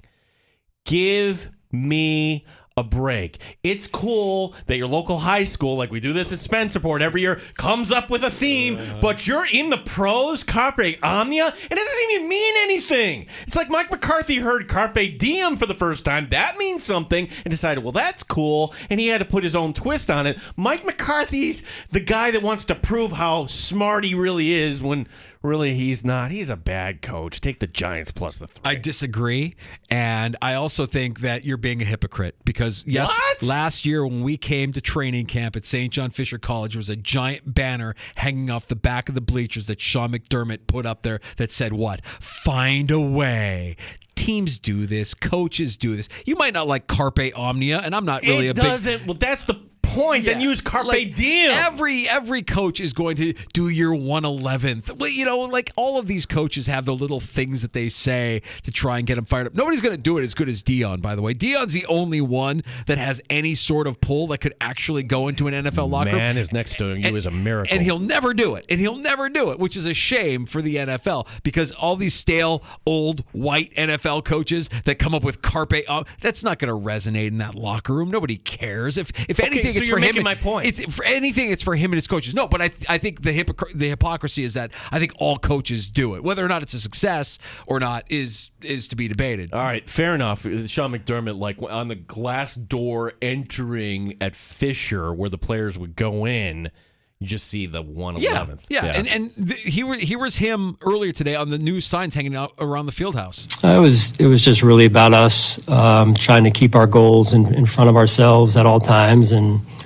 just taking things one day at a time. What's wrong, Coach? You can't do Carpe Omnia? Yeah, the signage is the Lombardi trophies everywhere. Yeah. Okay. Okay. If that's what gets your guys fired up, go ahead. And by the way, I'm going Dallas. I think Dallas wins week 1 against the Giants. I can't say 1 minute I have the Giants on the outside looking in and the next minute picking them to beat Dallas. I think Dallas is going to win the East. Sorry, Philly fan. What? You heard me. What? I think Dallas is winning the East. No, I think Philadelphia is going to finally break this ridiculous cycle. Nope. That ridiculous cycle will continue for eternity. It's never going to end. It's never going to end. You will never have a repeat winner in the NFC East. It's going to constantly cycle, and it's Dallas's turn. This year it's Dallas. I'm not buying in entirely. I'm not saying that Dallas is a Super Bowl team. I'm not saying any of that, but I think Dallas is a superior, more talented Dallas team. is never a Super Bowl team. They should be at some point. You would figure they would trip accidentally into the NFC Championship game. They don't. Yeah. Like 2 years ago, that loss to the Niners. Shameful. My favorite, though, was Zeke getting trucked. His last play as a Cowboy. That's still my favorite. I think that leaves a bad taste in the team's mouth. He's gone, but McCarthy is there. I think McCarthy is a bad guy. I don't know that he's a bad coach. I don't know how his message resonates with his team, but they've got Dan Quinn. They've got some talent on that team. I think that they have enough to win the East, and I think they're certainly going to beat the Giants week 1. Okay, they're going to beat the Giants, but I'm giving the betting pick. You're going to cover. You're going to lay 3. Is they going to win by more than a field goal? Yes. Yeah, I would take Dallas minus the 3 on that one. In the Meadowlands. Yes. All right, there you go. I'll drink to that. in the sports bar. You can reach out to us on X at the Fan Rochester. Here for you anytime you want. We're going to have Alex Brasky, the Batavia Daily News, stopping by here in about 10 minutes or so. RJ writing in. Listen, you want to get in on bold predictions, you're more than welcome to. Danger, is this bold enough? Is this what we're looking for? And RJ, don't mean to pick on you. This is RJ, new to the unsanctioned, by the way. Oh, is he? Yes, RJ's. You know who RJ replaced in the unsanctioned? Because he couldn't do it this year? Oh, I know. So if things go badly for RJ, it's not really RJ's fault. It's just the spot that he took his curse. Like, you got to know. Like, you took the but although Masterstroke won. He won it two years ago? Yeah. Yeah, Todd won it last year. Nobody likes talking about when he's right, though. RJ writing in. Bold prediction for the NFL season. The Detroit Lions will win the NFC North. It's not bold. No. RJ, right now it would be bold to say Green Bay would win the NFC North because everybody has them finishing last. It's the Lions are the favorite. Correct me if I'm wrong on that. Yes, they are. Yeah, so that's like picking Rory to, as my dark horse. Right. My first dark horse, and he's not really a dark horse, I think he's the favorite, is Rory. I mean, I appreciate the effort, RJ. We're there for the effort. But let's get a little bit bolder. Let's throw it out there just a little bit deeper. And I think you can come up with something. I'm not saying that Dallas winning the East is a bold prediction. That isn't a bold prediction. But we'll have some bold predictions tomorrow. Put yourself out there. Put yourself out on a ledge and know that you're probably going to fall on your face. Yeah, like if you want to pick the MVP, Mahomes or Allen as the MVP, not bold. Here's not a bold prediction. All right, I can already see you working. Because we like to do like player of the year, rookie of the year, MVP. It is not a bold prediction to say Damar Hamlin is going to be the comeback player of the year. That will not be a bold prediction. He already has that award locked up. You can give him that award today. He made the team. He's alive. Check. He is breathing. Therefore, he wins NFL comeback player of the year. Check. That is not a bold prediction. So cross that one off your list. But we'll take your bold predictions for MVP, Defensive Player of the Year, Offensive Player of the Year, your playoff teams, your seedings, any of that stuff, your Super Bowl predictions. But it has to be bold.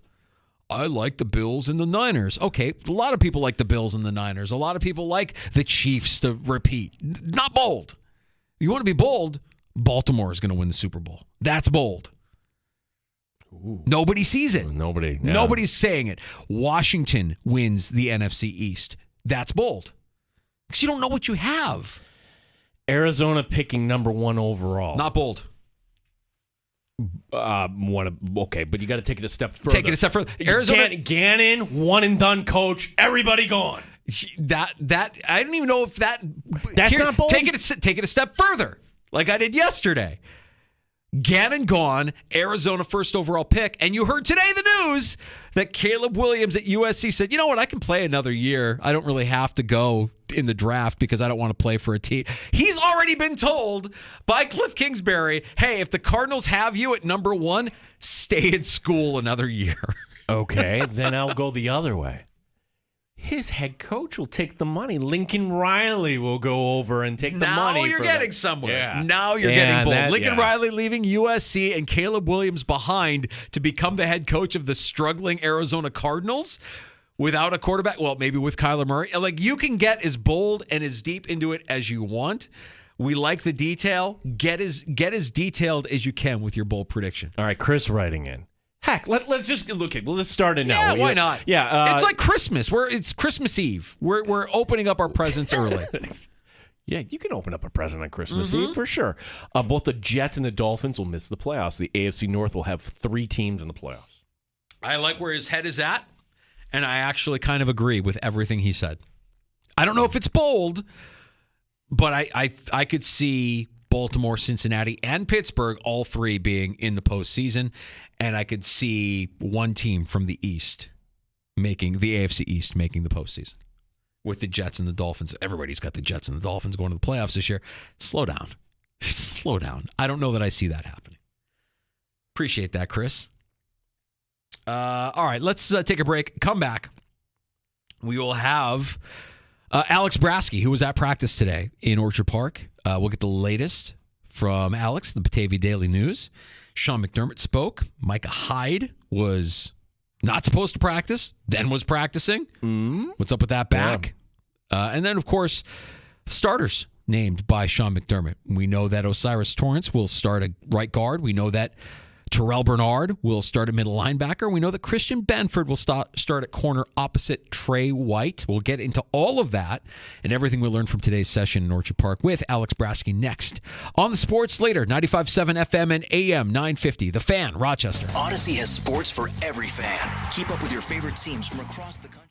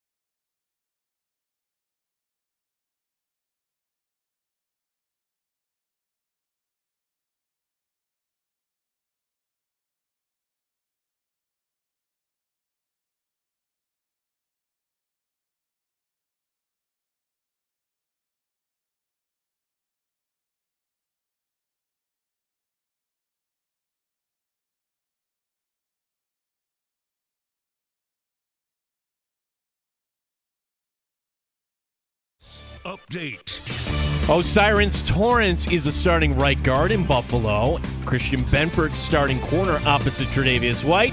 And it's going to be Terrell Bernard at middle linebacker. We thought he did some good things when he was healthy and available, and unfortunately, that situation, that competition, got cut a little bit short due to an injury. But we're confident in TB, and I'm excited to watch him play. And he's got to take it one play at a time. That's Bills head coach Sean McDermott. We'll talk to Alex Brasky, Batavia Daily News. That's coming up next here in the Sports Bar. 49ers and Nick Bosa agreeing to a new deal, $122.5 million. guaranteed. The most ever for a defensive player. The Wings blow it today. 7-6 in 10 innings at Syracuse. Gene Battaglia on the Sports Leader, 95.7 FM and AM 950. The Fan, Rochester. Top Shelf Sports Talk.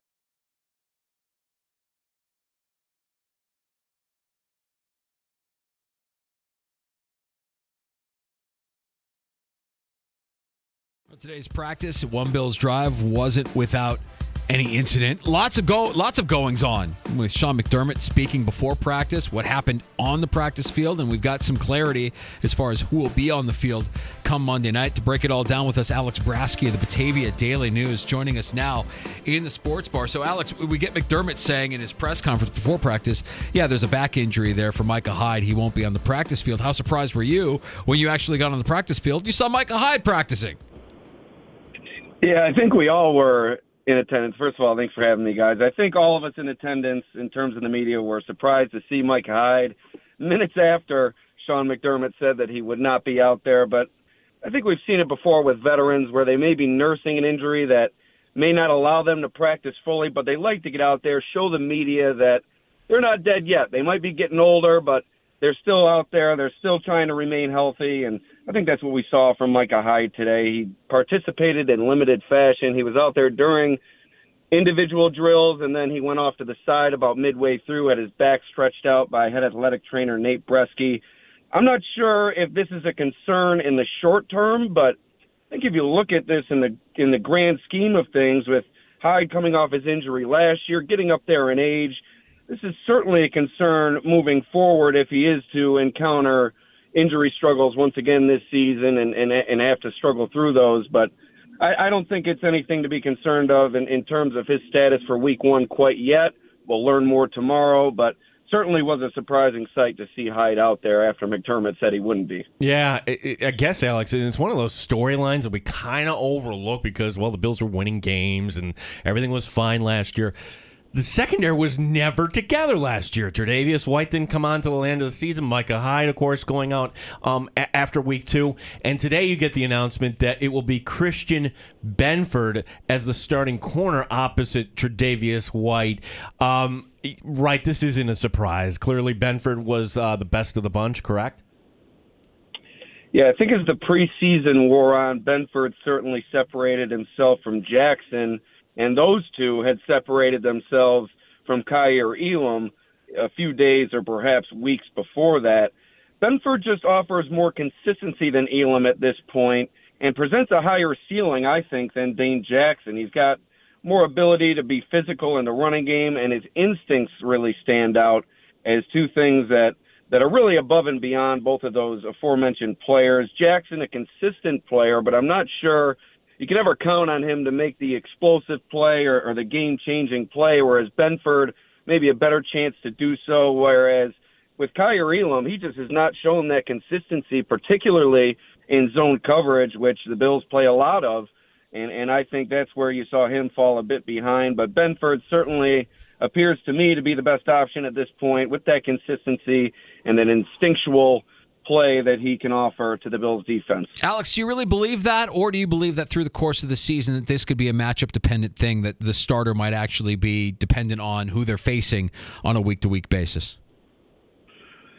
Well, I think that they're going to try to give Benford a chance to remain at the top of the second on the depth chart at that position, to gain some consistency. I don't think they ever got that last year. Benford only played in, I believe, 9 games. He struggled with some injuries, and Gene mentioned it. It seemed like everybody within that secondary took their turn encountering the injury bug last year. So I think best case scenario, they'd like Benford to come in here, put a stranglehold on things, and really move forward week to week and become that consistent starter. But I'm not so sure that will be the case. As you mentioned, we saw them last year kind of do a bit of rotation, and they do still like Dane Jackson. So perhaps we do see that as a matchup week to week. But I think best case scenario is Benford to lock this down and and to provide some consistency at that number 2 cornerback position. From Bills Digest and the Batavia Daily News covering practice today, Alex Brasky, our guest here in the Sports Bar. Sean McDermott also the announcement, and maybe this is a little surprising, I really didn't know, that Terrell Bernard is going to be starting at middle linebacker. Did Bernard really earn this, or was it, well, we didn't really like what we saw out of Dodson, so let's try the next man up? Yeah, I think you hit the nail on the head there.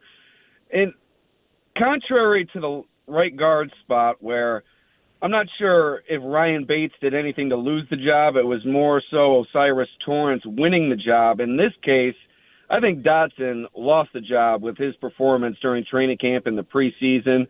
With Bernard's injury coming up, I think the final day of training camp at St. John Fisher, that didn't allow him to participate in any of the Bills' preseason games. And for the Bills to still put him out there as the Week 1 starter just shows you how tentative they are with putting Dodson in that situation. And who could blame him? He seemed late to get to the play at times throughout the preseason. His instincts didn't seem to quite be there. And while Sean McDermott complimented his ability to call the defense and take leadership of the defense, he never really seemed to compliment his play on the field. So I think signs were pointing to Bernard at least being given a chance to work in there as the game progressed. But what you see is the team just making a decision and saying, we're going to go with this second-year guy and see what he's got, despite having no action during the preseason. Now, Alex, I get the sense that it's his job to lose, that he's that guy as long as he performs at a high level, because since the last time we spoke, the Bills did add Christian Kirksey to the practice squad. Do you think there's a chance we see him here?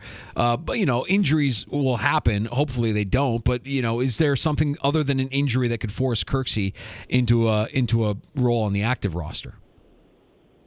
I think your initial 2 questions, I would answer affirmatively to both of them. I think this is Bernard's job to lose, and if he's able to come out of the gates quickly and prove capable, calling the defense and also performing on the field, I don't think they're going to think twice about keeping him in there. But if he does show some struggles and does lack the consistency that they're looking for from the middle linebacker position, perhaps they do take a look at Kirksey, who currently resides on the practice squad, but does have a bit of experience in the defense and is a veteran player, so his acclimation to the Bills' defensive system should come a little bit quicker than it would in most circumstances. So I think it is Bernard's job to lose, but if he doesn't get out of the gates quickly, we could see Kirksey definitely gaining on his heels and maybe the fans calling for an in-season trade, which I'm not sure we would see the Bills do, but certainly some pressure would be applied to Bernard, both within the building and within the fan base, if he's unable to kind of solidify that role over the first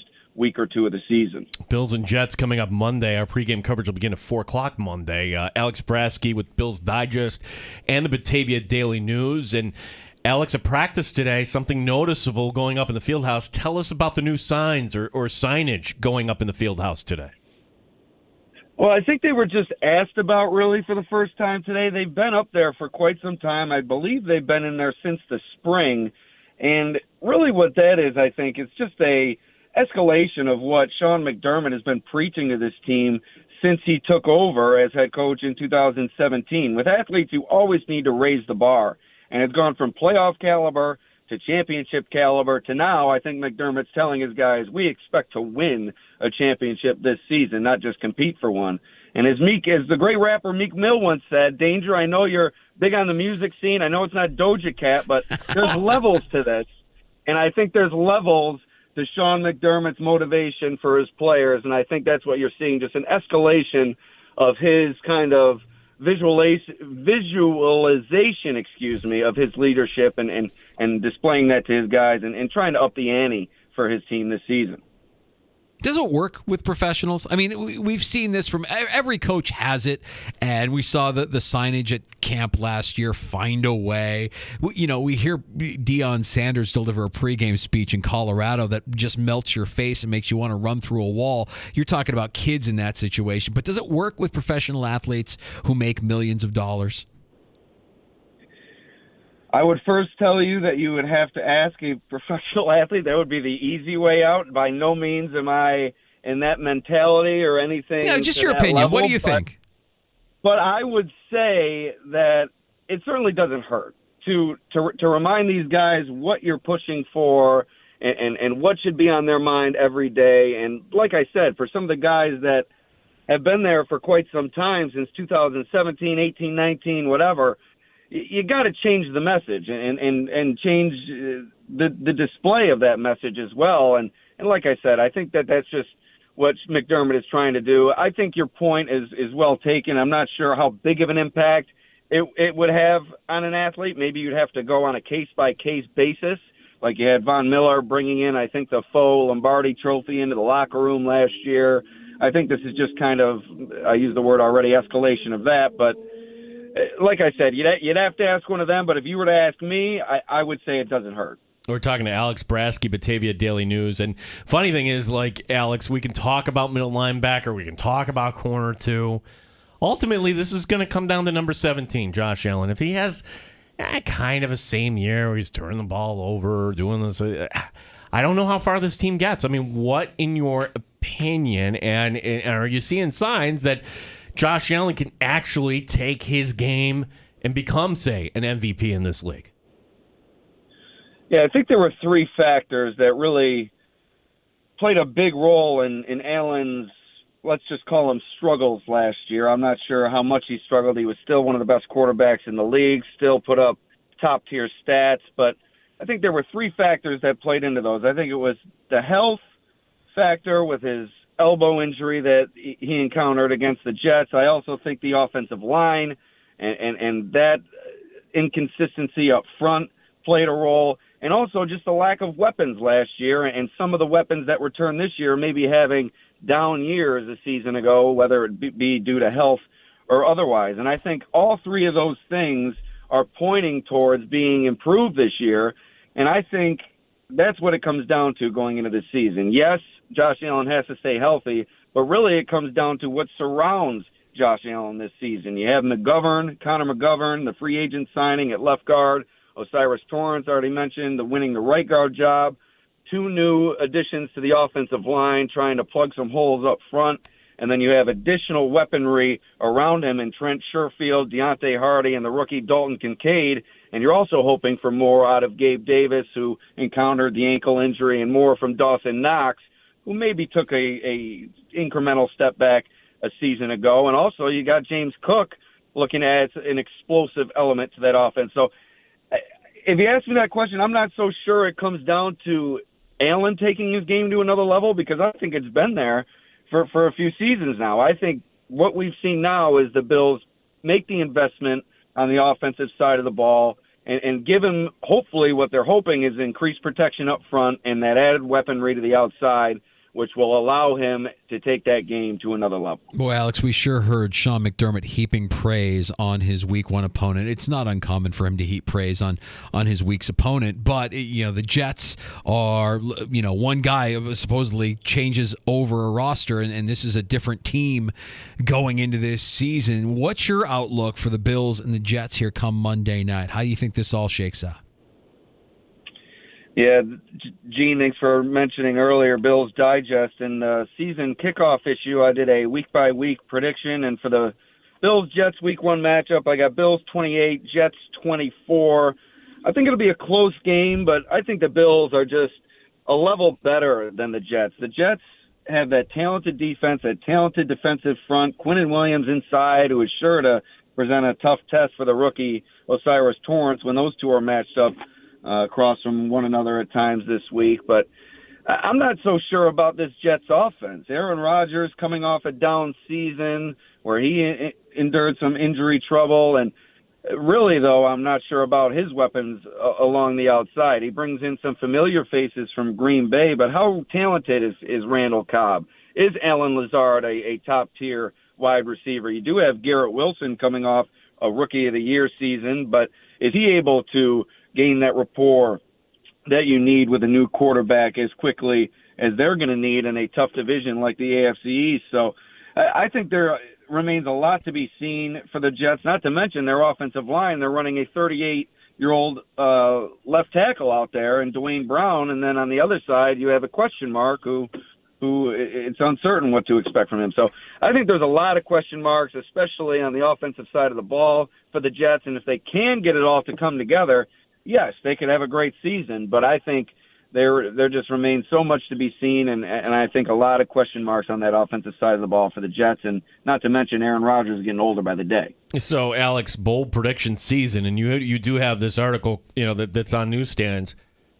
Okay, where do you see the Bills ending up here? We talked to Matt Perino, Syracuse Post-Standard, yesterday. He said Bills in the Super Bowl. This is the year. Alex, where do you see Buffalo ending up? I have them at 12-5, which is what I predicted in Bills Digest. I do have them winning the AFC East at that mark. And I hate to echo your guest yesterday, but I agree with Matt. I see the Bills reaching the Super Bowl at the very least, and I think winning the Super Bowl this year. I think last year may have been a bit ahead of schedule, and maybe they didn't have the roster they quite thought that they did, but making the additions that I mentioned before and a few more on the defensive side of the ball, and having some of these younger players hopefully take a step forward in their progression, such as Bernard and Torrance and Benford, among a few others, I think the Bills could really take things to another level this year. And while they're flying under the radar, some of that pressure that was heaped upon them last year has been taken off, while an added chip has been placed on their shoulder, which is kind of what fueled their run to begin with. They were the forgotten team, and it really took them a while to gain the attention of the national media. And in one fell swoop, they've lost it now, and I think that's going to motivate them. Not that motivation in terms of that is the end-all, be-all. I just think they're an improved team, and I think they're a team destined for greatness this year. All right, you mentioned Bill's Digest. Let our listeners know, Alex, how they can get their hands on a copy, and tell us about what you're covering there leading up to kickoff Monday night at the Batavia Daily News as well. Yeah, Bill's Digest. We had our season kickoff issue come out last week, I believe, so you can get your hands on that by logging on to Simple Circ. That's simplecirc.com. And then you can just find Bill's Digest there. And it's really a great deal. You get 7 issues, 2 during the season. Our next issue comes out November 5th. That's kind of a mid-season review, updating you on all the comings and goings that have occurred throughout the first several weeks of the season. And then we really dive in deep throughout the off-season, providing you a deep look at free agency, a deep look at the draft, and so on and so forth. And it's not just my work that you see in there. You also see Joe Marino of Locked On Bills work in there. You also see Western New York quarterback guru Jim Kubiak's work in there. And also Bills interim play-by-play announcer Chris Brown provides some perspective within each issue. So look forward to that, Bills Digest. You can also just go to my Twitter account, @AlexBrasky. It's my pinned tweet. There's a link to subscribe. That's probably the easiest way to do it. And then also the dailynewsonline.com will have top-notch coverage before, after the game, and all throughout the week for game weeks this season. Alex, I want to just compliment your Yankees for getting back to 500. Good job. You all excited, buddy? I think they're doing their best to keep Aaron Boone is what they're trying to do, and I don't think that's necessarily a bad thing, but certainly the players are putting their best foot forward for their manager here, wouldn't you say? Well, Boone, yeah, okay, but Cashman, we had our guy last week come on with us, and he said Cashman should have his name hyphenated, Cashman Steinbrenner. He's like a member of the family. He's not going anywhere, Alex. Man. Yeah, that is a funny line, and I certainly don't think he's going anywhere. I think they've already kind of revealed that by sending him out there to say his piece in a press conference late in the season, and just the tone that he set during that press conference. I don't think you're going to see anybody different making the decisions in the Bronx anytime soon. Alex, you're the best. We'll see you around the Section 5 football fields, I'm sure, here coming up here in the next couple of weeks, and keep up the great work covering the Bills, bud. Thanks, boys. Go Blue Devils. Yeah, Thank you, Batavia, Alex. a little Batavia. Batavia shout out at the end. You know, is that becoming a thing with our guests, our regulars? They got to do a shout out before they hang up with us. Maybe fate set the tone, and well, I can't it's hang really up Catalana that set the tone. You know, I don't think he. Go Mats. Let's go Mats. Click. And then Fates followed suit. And we got to go Blue Devils. Go Blue Devils, Batavia. Huh? Well, listen. Hey, you and I? That's in 2 weeks here. Batavia HFL. We should just lay it out now. I mean, the next 2 weeks for us, we've got some great Section 5 games. Batavia HFL next weekend. This weekend, Canandaigua comes to UPrep. UPrep. Yeah. The Canandaigua football team. Canandaigua Academy. Canandaigua Academy, Canandaigua football team. Yeah. Canandaigua. Just Canandaigua. Yeah. Nothing else. The Canandaigua Academy. Can we go with that? Yeah, we can go with that. The Washington football team. The Canandaigua Academy. I'm thinking because it's not red, it's not scarlet, it's cherry is their uniform. So Oh. I'm thinking cherry and silver. The cherry and silver here. Canandaigua. Yeah, well, that's going to be a lot of fun. That's coming up Friday night for Gino and I. Friday night rivals on our on CW there, CW Rochester. Love that. Love doing that, Gino. That's an honor and a privilege. And Batavia next weekend. Batavia HFL. Great rivalry. Great rivalry. Can't wait. Appreciate Alex stopping by and sharing his wisdom from today's practice. Alex Brasky, Bills Digest, and the Batavia Daily News. All right, more news and notes from around the NFL to get to. It's time for NFL appetizers to be served up. We'll get you those headlines, including a defensive lineman getting paid, becoming the highest paid defensive player of all time. We'll share some of the numbers surrounding Nick Bosa of the San Francisco 49ers. That's coming up. Happy hour right around the corner as well. Stay in the sports bar. Danger and Battaglia on the Fan, Rochester. Odyssey has sports for every fan.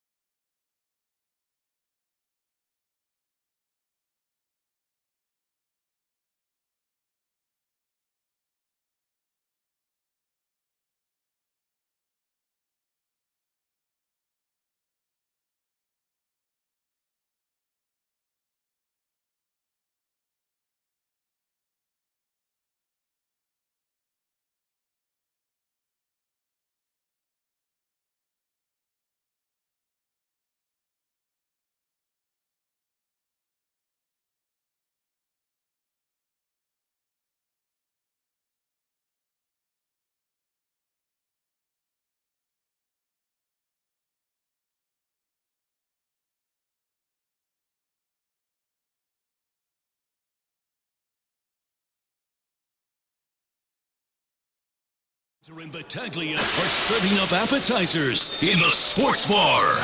All right, so a couple of notes here from around the NFL. We'll start in Buffalo because it was kind of a weird day at Bills practice. I'm glad we had Alex Brasky on to clear some things up with for us here just a few minutes ago, because it started with Sean McDermott's press conference where he was, everybody's kind of got their ears perked up. Micah Hyde's got a back injury. He won't be at practice today. Oh, boy, here we go. Micah Hyde's, we're already injured. We haven't even played week 1. Well, Hyde was indeed on the field for the media portion of practice. He took part in some drills. He had his back worked on by trainers there during the practice as well. It was that neck injury last year that led to getting Hamlin on the field. And we'll get that first injury report because they play on Monday night. Most teams getting their injury report out today. Bills will be tomorrow. This is like Micah Hyde trying to set the tone. I'm sure he's got something going on with his back, but he's not coming off the field, and neither is Jordan Poyer.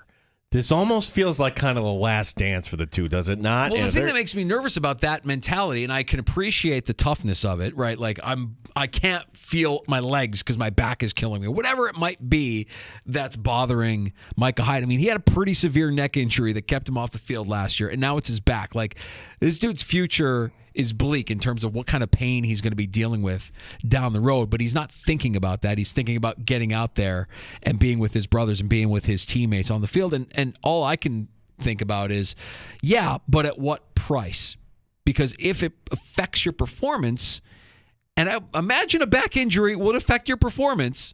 I mean, maybe you just get shot up and you go out there, but at what cost will the heroism of Hyde and Poyer at what point will it affect the outcome of a game? Understand that we could be just talking semantics because now it's regular season rules. So when the media's out there, you're seeing just the warm-ups. You're seeing just kind of like just basic stuff. But anything game-wise, installation, plays, whatnot, reporters are off there. Correct. So it could have just been, hey, Hyde is not going to fully, maybe McDermott should have just clarified that he's not going to fully practice, but he'll show up on the injury report. But him being out there today leads me to believe he's going to be okay coming up from Monday night. Former Buffalo Bill returning to practice with his new team.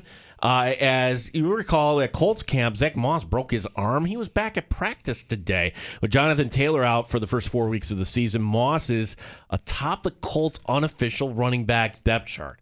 That's not good. Right, if that's your number one choice. But, hey, credit to him to getting healthy and getting back on the field. A broken arm early in camp, and it looks like Zach Moss at practice today for the Colts and could be instrumental in their running game and any success they have offensively on the ground. Those tricky Arizona Cardinals, Gene, they're fooling the entire league. The entire league just has to be scratching their head wondering, who's going to start at quarterback? Is it going to be Josh Dobbs or is it going to be Clayton Tune? How about it doesn't freaking matter? They haven't, the team hasn't shared any info. Their unofficial depth chart lists Josh Dobbs or Clayton Tune as their starter. And again, the Commanders are the opponent on Sunday. They don't even talk about who's getting first team reps at practice. Now, you could speculate that Dobbs has the inside track. He was only traded to Arizona 12 days ago, but at minimum, he's worked with Cardinals offensive coordinator Drew Petzing, who used to be the quarterback's coach in Cleveland with Dobbs. That's one team you can't pay me to watch, Arizona, right? You don't want to watch? No. You don't want to watch Clayton Tune? No, I never even heard of Clayton Tune before this all happened here. This story's terrible. I like Mike Williams. Mike Williams. Loved some Mike Williams. Yeah, it's Syracuse, then Buffalo, and then you pulled out this good nugget. He was actually second in the Offensive Rookie of the Year voting back in 2010. Sam Bradford won it that year. Construction accident. Apparently a beam hit him. Age 36, he passed. Now, couple things to clarify here because, well, we're reporting this. WIVB reporting this. It was TMZ, I think, had it originally. John Scott was the first, okay, from Spectrum in Buffalo, okay? And I only mention this because then there's a story along with it connected to a GoFundMe page. And we've had Mookie Hawkins on our show, WUFO in Buffalo, said, this is fake. This is not a real GoFundMe page. Take this down, which, okay, that's a credible report. And now Mookie Hawkins is reporting that, no, Mike Williams has not passed. It's just kind of it's inevitable, apparently, though, according to what. So Syracuse said he has passed at age 36. Mookie Hawkins says not yet, but just want to kind of clarify that there is somebody reporting that that's not accurate. Hey, and quickly before we get to happy hour here, this is another thing that that came up a lot during the preseason. We asked Josh Allen point blank, hey, you're going to be on season 2 of Quarterback on Netflix. And he didn't give us a straight answer, which led us to believe, he's going to be on season 2 of Quarterback. I think I pressed him. I said, hey, everybody has a number. And you kind of like, yeah, I like it. A number. Deny, yeah. But Peyton Manning actually telling the Hollywood Reporter that it's been really hard work getting the right group of quarterbacks to participate in another season. Most of them are telling him that they don't want camera crews following them around all season. So every quarterback that's being asked is basically saying the same thing, like, I don't know how I feel about that kind of access and that kind of distraction in my day-to-day. If you're Josh Allen, I would imagine that's the number one thing. You're like, yeah, I would love to do it. It'd be great, but I would have cameras following me everywhere, and that would be a huge distraction for my team. I would think that Josh Allen just wants to live his life, and whoever he may be dating, you don't want part of it. If you watch the quarterback series, there was one common theme of all the quarterbacks. Their relationships, their home life. You saw Brittany Mahomes, you saw Julie Cousins, and you saw the wife of Marcus Mariota, whose name escapes me right now. Point is, it gave you that glimpse there, and you see Mariota, he's got a personal chef, and you see the Cousins, and they're deep into their religion, and that's fine. And you see Brittany Mahomes, and that's kind of who we thought she was. Like, yeah, that's personal. You're a quarterback, and one thing I want to compliment Tom Brady on, I think he always kind of had that kind of stiff arm. Like there was one time where some WEI host was poking fun at his daughter. He's like, no, we're not going to go there. So for a professional athlete, like how much do you want to let people in? And I totally understand why a quarterback would not want to do that show. Manning had a great quote, and you could tell he's like really pitching hard to try and get this season 2 produced. His quote, I think maybe some guys are thinking that it's going to be a distraction, even though I told a couple of them, I guarantee you'll win the Super Bowl like Mahomes if you do it. I mean, of course, you can't guarantee anything like that, but Manning, making it known. I'm trying, everybody. I'm trying to get season 2 of Quarterback up and running, but it's been a challenge getting quarterbacks to agree to say yes to that kind of access. We had, while you were down in Virginia a few weeks ago, like a non-update story on this, and Dan Drummy and I were talking about it. He wants to see Pickett. Like, I think Kenny Pickett would be any quarterback I don't know a lot about. I would kind of eat it all up here. How many offensive captains do the Pittsburgh Steelers have? I don't know. 1. Really? Kenny Pickett. Oh. Kind of like it. Kind of like the Steelers, man. I don't know. There's something about the way Tomlin had. I know that might piss off some people, but look, I think anybody would take Mike Tomlin as their head coach tomorrow. They would, and they have a problem of getting over the hump.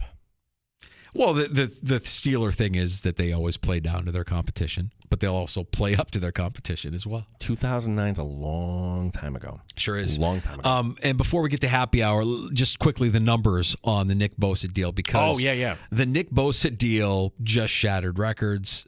He becomes now the highest paid defensive player ever. The timing of this, I think, is notable because I would imagine, since he's been around the team, that you can plug him into practice and he'll be out. Like, I imagine Kyle Shanahan saying, look, if we don't get this done, he ain't playing week 1, so let's get it done so we can get him on the practice field and get him ready to go. 5 years, $170 million extension, but that's funny money, right? How much guaranteed? $122.5 million. Is the highest paid contract ever for a defensive player. So that's certainly good for Nick Bosa. The update on Travis Kelce, he's questionable, as you would figure. And fantasy-wise, not a surprise, Cooper Kupp is ruled out for Sunday's Rams game. He already ruled out. That's a bummer. Sean McVay saying that.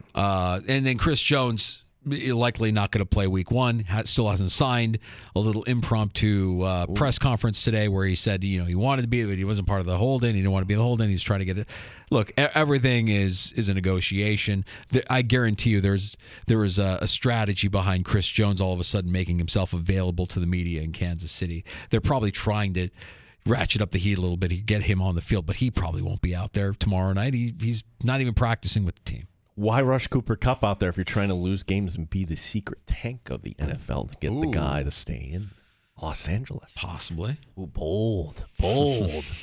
We'll have bold predictions right around this time tomorrow. Our bold predictions for the 2023 season as the NFL season kicks off. We had a great conversation in the 3 o'clock hour with Jay Binkley from 610 Sports in Kansas City, who was our eyes and ears there at Arrowhead as the Chiefs get ready to kick off the season tomorrow night at home.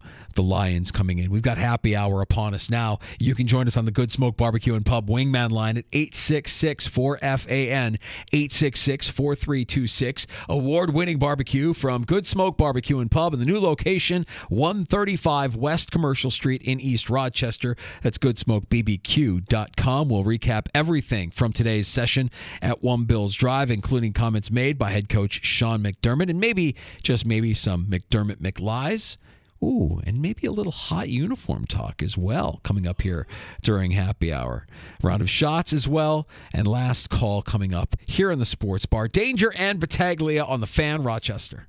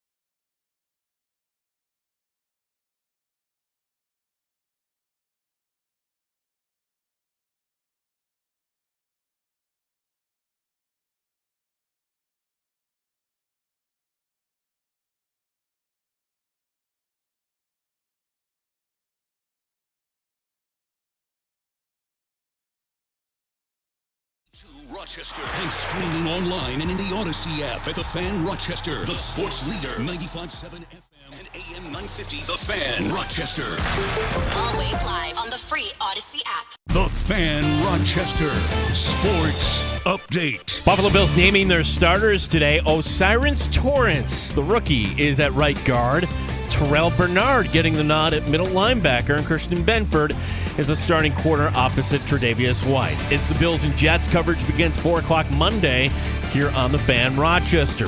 News from the NFL today with the 49ers and Nick Bosa agreeing to a new deal. $122.5 million guaranteed. That's the most ever for a defensive player. LA Rams head coach Sean McVay says that wide receiver Cooper Kupp will not play when his team faces Seattle on Sunday. Kupp with the hamstring pull. Rochester Red Wings, they had a lead in the ninth. They let it get away. Syracuse winning this one by a 7-6 score. The Yankees tonight continue their series at home against Detroit. Gene Battaglia in the sports leader, 95.7 FM and AM 950, The Fan Rochester.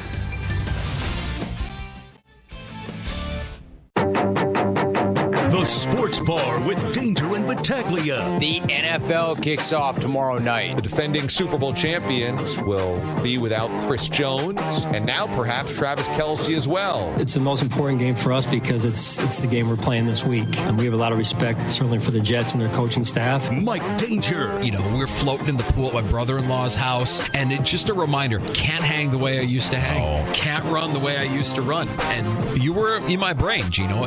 Pitch count. Gene Battaglia. Barring that, you could have gone with a box of wine there, Not too. in the pool. Not in the pool. Do you drink wine in the pool? No, you go to the beach, executive producer and I, enjoying a nice box. Aaron Rodgers seeing a UFO. Of course I'm going to get worked up about that. With the first pick, Josh Allen, touchdown. But I am predicting the Bills go to the Super Bowl. And let's go! You scooped my guy on Sunday. Don't think I didn't notice that you scooped my guy. I do love me some George Pickens this year. Mike Danger, you give me my theme music. Hit those bells. Baltimore, your week 1 pick.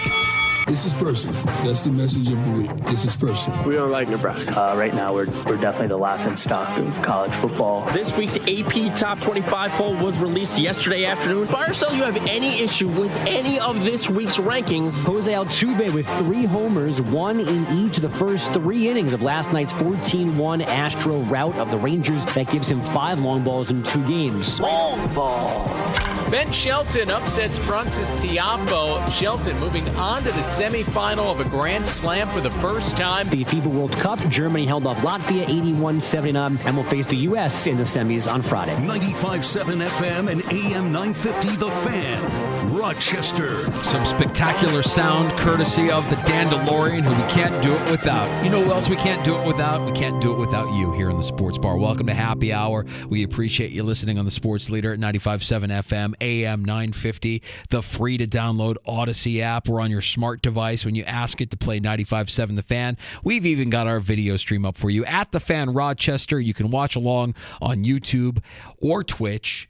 I'm Mike Danger over there. That's Gene Battaglia. Yeah, this time tomorrow we'll be reviewing our bold predictions. And in advance of that, it's like Christmas Eve, as you mentioned, Danger. Write in your bold predictions. But here's the twist this year.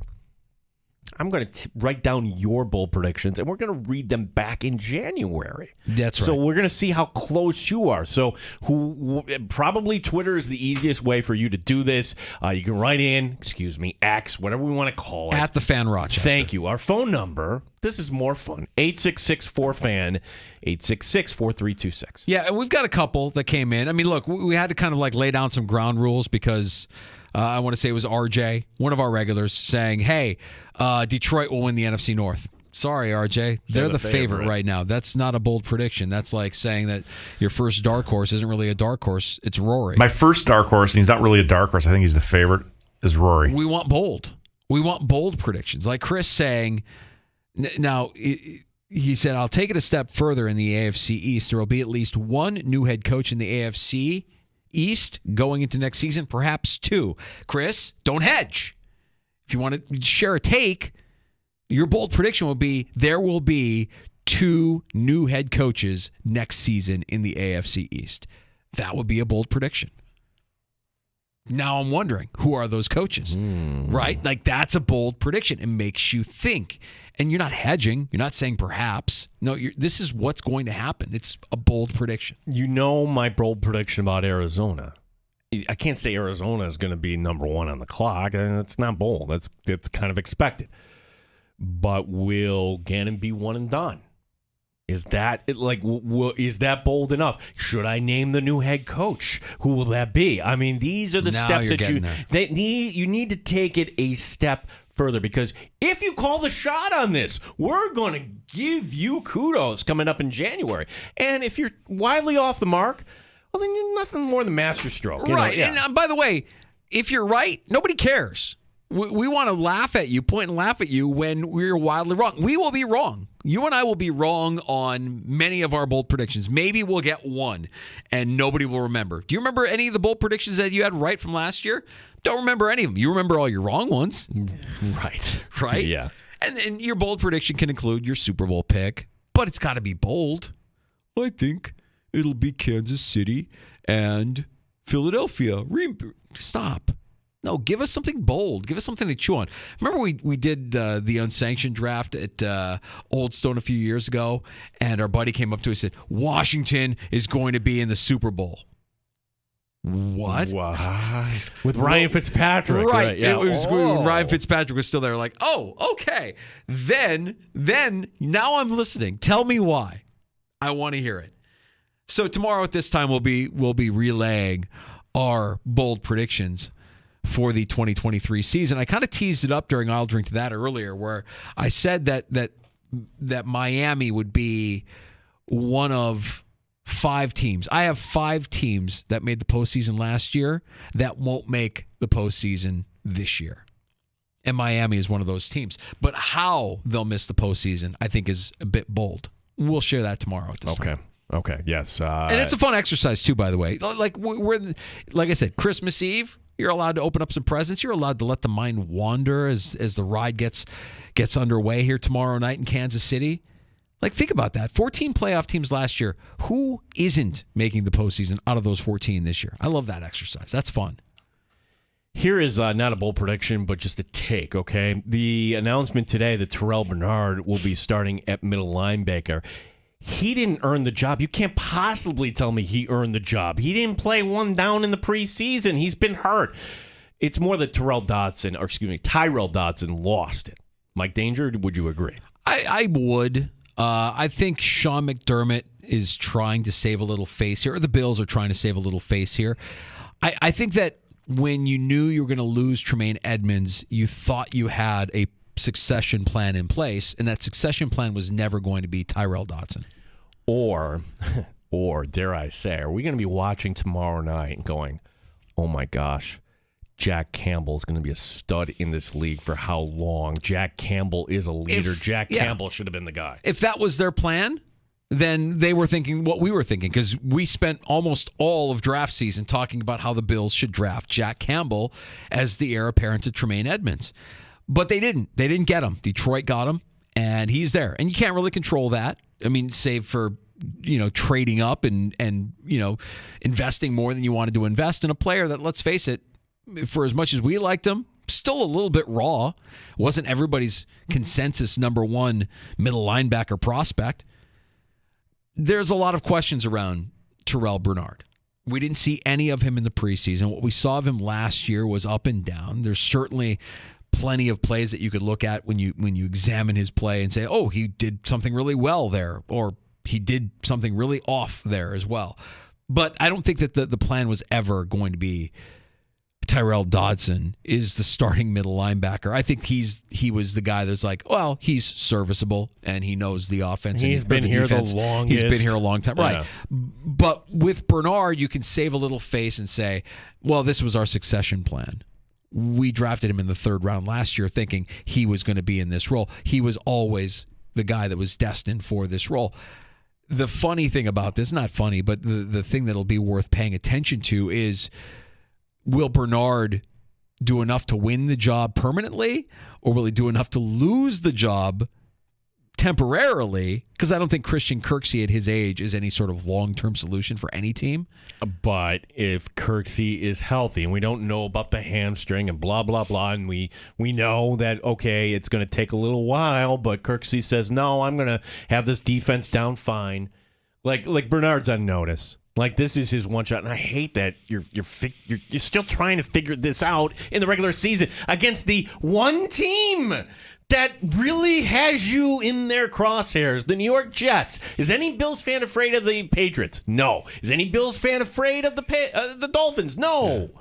It's the freaking Jets, and you still don't know this. So what was the plan originally? I thought it was hilarious. The NFL was circulating a clip from Hard Knocks. I don't know if you saw this. It came across my feed. It was Robert Saleh delivering a motivational speech to his team. And, the NFL position is like, oh, we're ready to run through a wall right now. It's like, slow down, guys. I mean, you really can't do that clip any justice when it's coming just a couple of days after we've had all the Dion motivational speeches that we've, like Saleh's speech, and you look, the cameras are panning around the room, and the guys all look disengaged. They look like they're just there, just kind of like mouth agape, just kind of, like, what is he saying? Why is he talking to us this way? Are you really motivated? It's not the same setting. This isn't a locker room setting. This is like an auditorium theater setting where, he's a classroom setting where he's dictating, notes and trying to motivate his guys for this upcoming season. It just kind of fell. It looked like it was falling on deaf ears. I'm not as high on the Jets as a lot of people are, because I think that they're still the Jets when it's all said and done, that something will happen. Maybe Aaron Rodgers is that guy that can cure all ills. And he's certainly going to be the guy so far that is playing nice, doing all the right things, saying all the right things. We'll learn more about the Jets later this week when we talk to Dan Leberfeld from Jets Confidential Friday afternoon. Who came on one condition. Only if Reed will be there. Well, of course. Of course he wants to hang out in the sports bar when I'm here. Reed. Yeah, if you're new, that's Mike Danger's title. Not Reed. Regional. I'm a regional brand manager. Yeah. I don't know really. I mean, I know what that means, but look, Leberfeld, jealousy is not a good thing. We got to remind Dan. Jealousy is not. I have a very official, important title, regional brand manager. He's Dan Leberfeld of Jets Confidential. Listen, I'm jealous. What's my title? Account manager. You know what that is? That's a euphemism for salesman. You're a marketing genius. Oh, thank you. That should be on your business card. Do they make business cards anymore? Put that on your LinkedIn profile. Yeah. Marketing genius. That's right. So the notes from practice today, and Sean McDermott before practice speaking to the media and addressing some of those new starters for the Buffalo Bills. Yeah, so Terrell Bernard will start next to Matt Milano. How did you kind of get to that position? Well, we thought he did some good things when he was healthy and available, and unfortunately that situation, that competition got cut a little bit short due to an injury. But we're confident in TB, and I'm excited to watch him play. And he's got to take it one play at a time. Yeah, Christian will start. Yeah. And Ray Guard. Saibo will start. It is funny to hear him say we're confident in Terrell Bernard. If you're confident in him, why'd you add Christian Kirksey to the practice squad? I think it's Bernard's job for now. And you can make this your job permanently. I mean, this is the conversation you got to have with him one-on-one, right? Like, this can be your thing permanently. We brought you here for this reason. You were the succession plan. But if you don't perform up to our level of expectation, we'll bring in somebody who can. Honestly, Danger, I don't think the Jets should overcomplicate this. And if there's anything the Bills can kind of, all right, at least we feel comfortable, it's freaking Nathaniel Hackett as the offensive coordinator. Is he smart enough just to run the ball right at the Bills, to set up a play action and make it very easy for his quarterback? You don't need to take shots downfield against Buffalo. You just need to chip away, and that's my fear in this game. And I was the first last week. I'm not going to back down on this. I don't think the Bills win this game. I think that Aaron Rodgers is smart enough to say, this is what we're doing. We're going right at the middle. The Bills' defense it's a big donut right now with a hole in the middle of it. So, and let's face it, If there's one defense that has given Josh Allen trouble over the years, even when the Bills win, it's not comfortable, it's the Jets. This is a tough spot for Buffalo. It's something that's been hanging up around the facility in Orchard Park, but something that was asked to Sean McDermott today specifically, since this is kind of like the first practice of the regular season for the Buffalo Bills. Little signs, Lombardi trophies hanging all over the place, right? A little peek behind the curtain. And Sean McDermott was asked about that today. It was just really about us trying to keep our goals in front of ourselves at all times and just taking things one day at a time. It was find a way, do your 111th, right. Championship caliber, playoff caliber. Well, this is where we're at. Like the process. This is the end of the process here. It's go time. And well, you know what you sound right there? You sound like a national person saying that the Bills' window is closing, because you're hearing a lot of that from the national media. The national media believes that the window is shut on the Buffalo Bills. No, it's not that. It's like anything other than actually going to the Super Bowl is a disappointment this year. Mm-hmm. When you've had 13 seconds, when you had whatever you want to call the Cincinnati loss, we never titled that game, but when you've had bad playoff flameouts. And look, every playoff loss is bad. I'm not going to say, but the Bills have had some spectacular ones. It's time to get over that hump. We spoke with Alex Brasky of the Batavia Daily News, Bills Digest, last hour, and got more in depth and in detail from today's session, what he saw, what he learned from Sean McDermott's press conference. Also, Josh Allen, Von Miller speaking to the media as well. If you missed that conversation or our conversation with Jay Binkley from 610 Sports in Kansas City, you can find us wherever you get your podcasts. Search the Sports Bar. All of our guest appearances are listed for you there. And inside the free-to-download Odyssey app with Rewind, you can go back and listen to any part of the show that you may have missed for the next 72 hours. So, an update on Mike Williams. When has this ever happened? I guess it happened, can't remember who the celebrity was. Syracuse University announced the passing of Mike Williams. Now Nick Veronica of the Buffalo News is reporting that he's on life support. So he's in a medically induced coma. Oh, okay. So he has not passed. Depending on what report you want to believe. I mean, Syracuse announced that he has passed. Yeah. Let me see if Syracuse has had any update. Yeah, that's a sad story. Apparently, on a construction site, a beam fell and struck his head, severe head trauma, and then there were a variety of different reports on his condition. 36 years old, far too young. It's just a reminder too, like, unless you're kind of getting that second contract in football, you've got to go get another job. I mean, if he is on a medically induced coma, if he is on that life support and the brain is dead, then he is dead. I mean, there's no sense in leaving him hooked up to the machines. It's not like it's coming back. So, that's a terrible, tragic story. Well, Syracuse, they pulled down that tweet. Oh, they did? Yep. All right. Yep, they did. All right. Well, maybe he's not officially dead. Like, the race to be first is comical to me. Because TMZ reported that he had died. Yeah. Well, something bad happened. Yeah. Okay. Yeah, we could say that. The very tragic accident that may lead to the ultimate passing of former Bucs wide receiver Mike Williams, former Syracuse Orange wide receiver Mike Williams. Nick Bosa got paid today in a big way. $122.5 million guaranteed. That is the most for a defensive player. Good for Nick Bosa. I'm thinking about something a little more closer to home where, well, if the Bills place in the Niners in the Super Bowl, theoretically, we'll get to that bridge. A little far-fetched. What about the Kansas City Chiefs? What about Chris Jones? Your move, Kansas City. I mean, it puts a little bit of heat on Kansas City, especially if Jones was ready to fashion himself the highest paid defensive player in the league. I don't know that they can top that. That's a lot of money. Understand, certainly, that it's not the same position. And Chris Jones is actually kind of softened the stance. Like, hey, I just want to raise.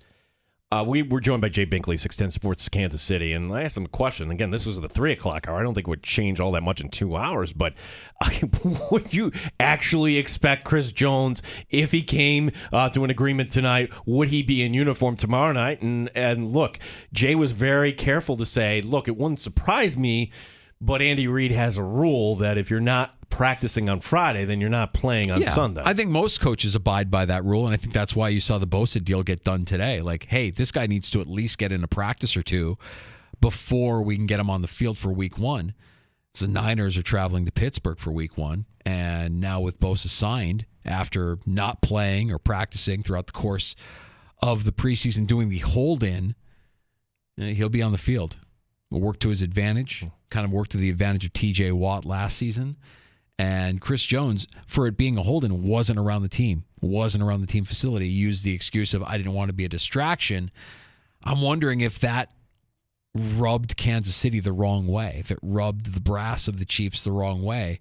And now this is the deal. We'll be fine without you. I don't know that they will, but they can have that hard-nosed stance and say that they're not going to sign Chris Jones for what he wants because he hasn't been a part of the team. He hasn't been present. Travis Kelce listed as questionable for tomorrow night, so probably we're going to have to wait up into the end on that. Cooper Kupp is already ruled out. Kelce doesn't miss games. The Kelce boys don't miss games. They're always injured, but they don't miss games. He's out there tomorrow night. Could he be out there and you're having him run less routes or maybe taking a few downs off? I don't think you can play the game half speed or do it that way. You can brace him up, shoot him up, do whatever you got to do if he's in any sort of pain. It's a rough way to start the season. And if you have him in fantasy, I'm sure you're on the edge of your seat, oh my God, I invested so much. What do I do? If he's out there, you start him. If he's out there, yes. If he's out there, you play him. The expert will come on tomorrow, Andy Behrens. That's right. Tomorrow, Andy Behrens from Yahoo Fantasy. Andy Behrens, the guy whose video shows up on your screen, his face shows up on your screen to tell you why the position you're picking is either great for your team or catastrophic for your team. Love us some Andy Behrens, and we'll talk some more fantasy football with him tomorrow. And that Cooper Kupp story is big, massive. A lot of people invested heavily in him for fantasy football as well. The Rams, you mentioned it, Gino. Candidate for the tank. The Rams, if they finish with the worst record in the NFL, do they run it back next year with McVay again and bring in? Or do they just clean house and say Caleb Williams and Lincoln Riley stay in L.A. but graduate from college to the pros? Ooh. I could see that happening. That would be a bold prediction. Bold. That's what we're looking for tomorrow. We want bold predictions. We've got some coming in through now at the Fan Rochester. Steve playing along, sort of. Chris Hogan will be Super Bowl MVP. I see what you did there. Yes, master stroke. All those years ago, before the Super Bowl between the Rams and the Patriots, made his predictions. I do have faith that Wade Phillips, the defensive coordinator for the Rams, will find a way to take some pieces of Brady's arsenal out of the game. I would be shocked right now if Edelman had a good game in the Super Bowl. I think Phillips is smart enough to take him out, and I don't think he's going to be a factor. The one thing I do like, by the way, and I will say this, I know there's a lot of prop bets on this. I don't know what the number is on Chris Hogan. I just have a gut feeling that he's going to have a big game for the Patriots because they're going to take Edelman out. All these years later, it's still music to my ears. You get bonus points tomorrow if you somehow work in gut feeling. I got a gut feeling. I just love it. I got a gut feeling. And just as a recap, if you don't know why we're laughing at that soundbite, Julian Edelman was that game's MVP, and Chris Hogan finished the game with exactly 0 catches. But that's the beauty of Masterstroke. The ex-Bills defensive coordinator will rise up, and the ex-Bills wide receiver will have himself a game. Yeah. Can't take off those Bills colored glasses. A round of shots next, Gino. Yeah, is a change coming up in television here. There's going to be a sports television show that's going to be going off pretty soon. We're going to tell you which one is getting canceled or wrapping it up. We've got news on the Yankees, also some baseball notes, and what they're doing in Cincinnati, Mike Danger. I don't know if this is good or bad for the Bengals. Get ready for the NFL season with incredible offers from FanDuel, America's #1 sportsbook. Mike Danger for FanDuel Sportsbook, the official partner of 95.7 The Fan. Right now, new customers can bet $5 and get $200 in bonus bets guaranteed. Plus, all customers who bet $5 will get $100 off NFL Sunday Ticket from YouTube and YouTube TV. Now is the best time to join FanDuel. The app is easy to use. You could be on everything from bet on everything from spreads to player props and more. Visit FanDuel.com/Mike and kick off the NFL season with an offer you won't want to miss. FanDuel, official partner of the NFL. 21 plus and physically present in New York. First online real money wager only. $10 first deposit required. Bonus issued is non-withdrawable bonus bets that expire 7 days after receipt. Restrictions apply. See terms at FanDuel.com/sportsbook. For help with a gambling problem, call 1-877-8-HOPE-NY or text HOPE-NY 467-369. NFL Sunday Ticket offer ends 9/18/23. No refunds. Terms and embargoes apply. $100 off NFL Sunday Ticket, not YouTube TV. YouTube TV base plan required to watch YouTube TV. Redemption requires a Google account and current form of payment. Commercial use excluded. Subscription renews. Cancel anytime. Odyssey has sports for every fan.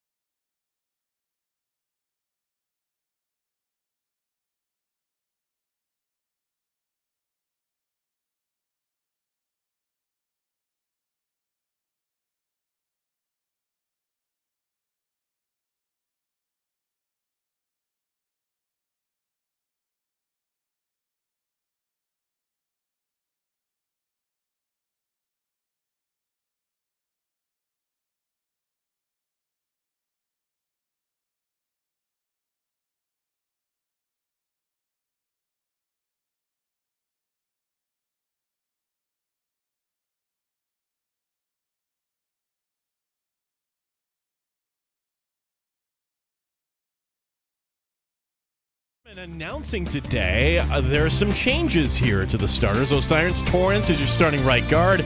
Christian Benford will be the starting corner opposite Tre'Davious White. And at middle linebacker will be Terrell Bernard. We thought he did some good things when he was healthy and available, and unfortunately, that situation, that competition got cut a little bit short due to an injury. But we're confident in TB, and I'm excited to watch him play. And he's got to take it one play at a time. It's the Bills and the Jets. Coverage begins at 4 o'clock Monday here on the Fan Rochester. Record dollars for Nick Bosa, $122.5 million guaranteed. The 49ers locking up their defensive linemen. The LA Rams will be without wide receiver Cooper Kupp. Head coach Sean McVay ruling him out. Rochester Red Wings losing in Syracuse in 10 innings today. Gene Battaglia, the Fan Rochester.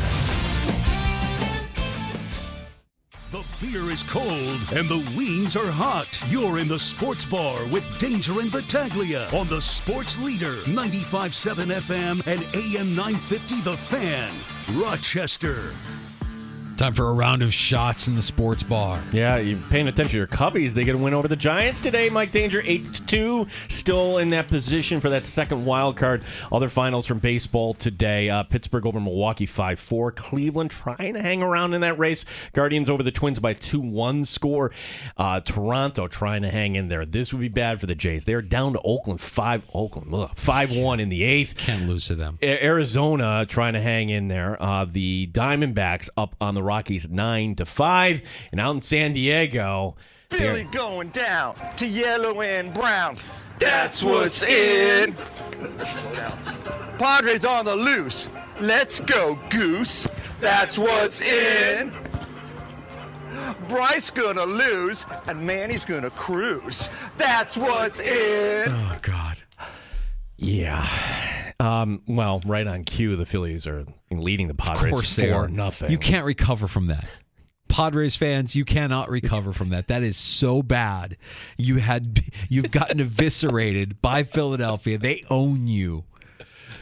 So you're up to the minute standings in the wild card. Now, if the Jays end up losing, that's really bad. They're clinging to that third and final wild card spot. Tampa Bay, Seattle, the Rangers. Right now it's Tampa Bay, Seattle, and then the Jays, Texas a half game out, but they'll be tied if Toronto indeed loses. More on Texas in a little bit. Philadelphia and the Cubs 1 and 2. It's the Reds now in the third wild card with Miami just a half game back, and Arizona can gain a half game if they hold on to win. Back to the Rangers tonight. They take on Mike Danger, the Houston Astros, and your pitching matchup tonight will be Justin Verlander against Max Scherzer. Meet the Mets. Thank you. You didn't have to play the whole thing. In fact, you didn't have to play it at all. Well, I had to. I could have just kind of skipped over that, but I figured that was news. That's good. No, it's newsworthy. All right, Gino, let me put you on the spot. Who's real and who's fraudulent out of those teams? Out of those teams that are in contention? Texas is fraudulent. Their bullpen is the worst in the American League, so no. But that offense, when they're hot, right? But playoff baseball, different. Different. You need a strong bullpen. So to me, still hanging around there, Seattle. I think Seattle is the team you don't want to face. Seattle makes some noise in the American League. What about the National League? The National League. Okay, so the couple stories. Nobody here. wants to play the Dodgers. Nobody wants to play the Braves. All right, so the Dodgers without Jose Urias. This isn't good. That's bad. That's bad. He's out for likely the season. If you missed this, he was arrested Sunday on suspicion of felony domestic violence. This would be his second offense. Now, we should mention he hasn't been charged. It's just suspicion. However, we're waiting word, and this is supposed to come down today. Is Major League Baseball going to place him on leave? Right now, he's not with the team. He's got a court date coming up on September 27th, which would kind of rule him out for the rest of the regular season on the mound. Wasn't great this year, 11-6, 4.60 ERA. He was the guy who was on the mound, actually, when the Dodgers won the World Series in 2020. Yeah. So he's critical. He's a piece. He's a key component for that team in the postseason. So this kind of checking this helps Atlanta out a little bit. Back to Houston, they're hitting the ball. Jose Altuve specifically, he accomplished a rare feat, homering in the first, he homered in the second, he homered in the third. Only the fourth player ever to do that, last being Manny Machado in 2016. The Astros beating up the Rangers last night, 14-1. Also, Altuve in the previous game homered in the ninth inning, making him the first player to homer in 4 consecutive innings. Houston has now jumped ahead of Seattle. The Astros now in first place of the AL West. The Yankees have North America's longest current professional streak of most consecutive seasons going above 500 at 30. Well, the 2023 Yankees maybe can get here's the race to keep Aaron Boone keeping his job. They're back to 500. They host Detroit again tonight. Giancarlo Stanton, by the way, with his 400th career home run last night. Normally 500 gets you into the Hall of Fame. I just don't view him as a Hall of Famer. Yeah. That's a tough one. The Yankees' schedule here down the stretch, soft, right? I mean, like, they probably will. Well, in my opinion, they'll finish over 500. I've heard whispers like, oh, this is a run. They're going to make a run. They're not making a run. It's not going to happen. But the schedule is soft. It's favorable enough where they can do just enough to run it back next year. Right, and you can point to Dominguez in center field. You can point to, we haven't talked about Rizzo. Rizzo will not be playing. The Yankees mismanaging that whole concussion situation with Anthony Rizzo. So they've made some mistakes, but watch the band be back together. Yep, they'll run it back. Well, if you're a fan of Real Sports with Brian Gumbel, can you believe the show is coming to an end? 29 years. HBO making that announcement today. Brian Gumbel writing his goodbye. It will wrap up at the end of the season, which would take it into spring. That's the sports show for the serious sports fan. Well, yes, Brian Gumbel. Let's move on. Journalistic integrity. That's pretty good. That's a good Brian Gumbel you got there, Gene. So, like crossing and always the pan in the air. And I'm going to ask you a follow-up question. Now, tell me again. Was Brian Gumbel? What was his claim to fame? Was he Today Show? Right? He was on the Today Show. Today Show. Yeah. He was NFL 80. Like, that's how long ago I remember him, like, as a kid. But, never I can do better things. And he went to... Yes, he went to Today, and he beat cancer too. So give him credit on that. No, it's a great show. I'm not poking fun at it, but the only people that I see really upset about it today are the people that I know are serious sports fans. Well, for that sort of journalism, because Outside the Lines is gone too with Bob Lee. Yeah, like who does this sort of stuff anymore? Do we say The Athletic? Who does this sort of stuff anymore? I don't know, man. Has the world just changed? I think so. Because, a real sports story probably doesn't get the kind of clicks that a more salacious headline would get. It certainly ain't getting the viewership that Stephen A. gets on First Take or Skip. But they do tell stories, though. So there's stories that and I'm not it's not an indictment on Real Sports. I think it's a great show and they did it the right way, and from a journalistic standpoint, I don't think it can be matched. How about this? It wasn't appointment television for me, but if I tuned in, generally speaking, they have good story. Yeah.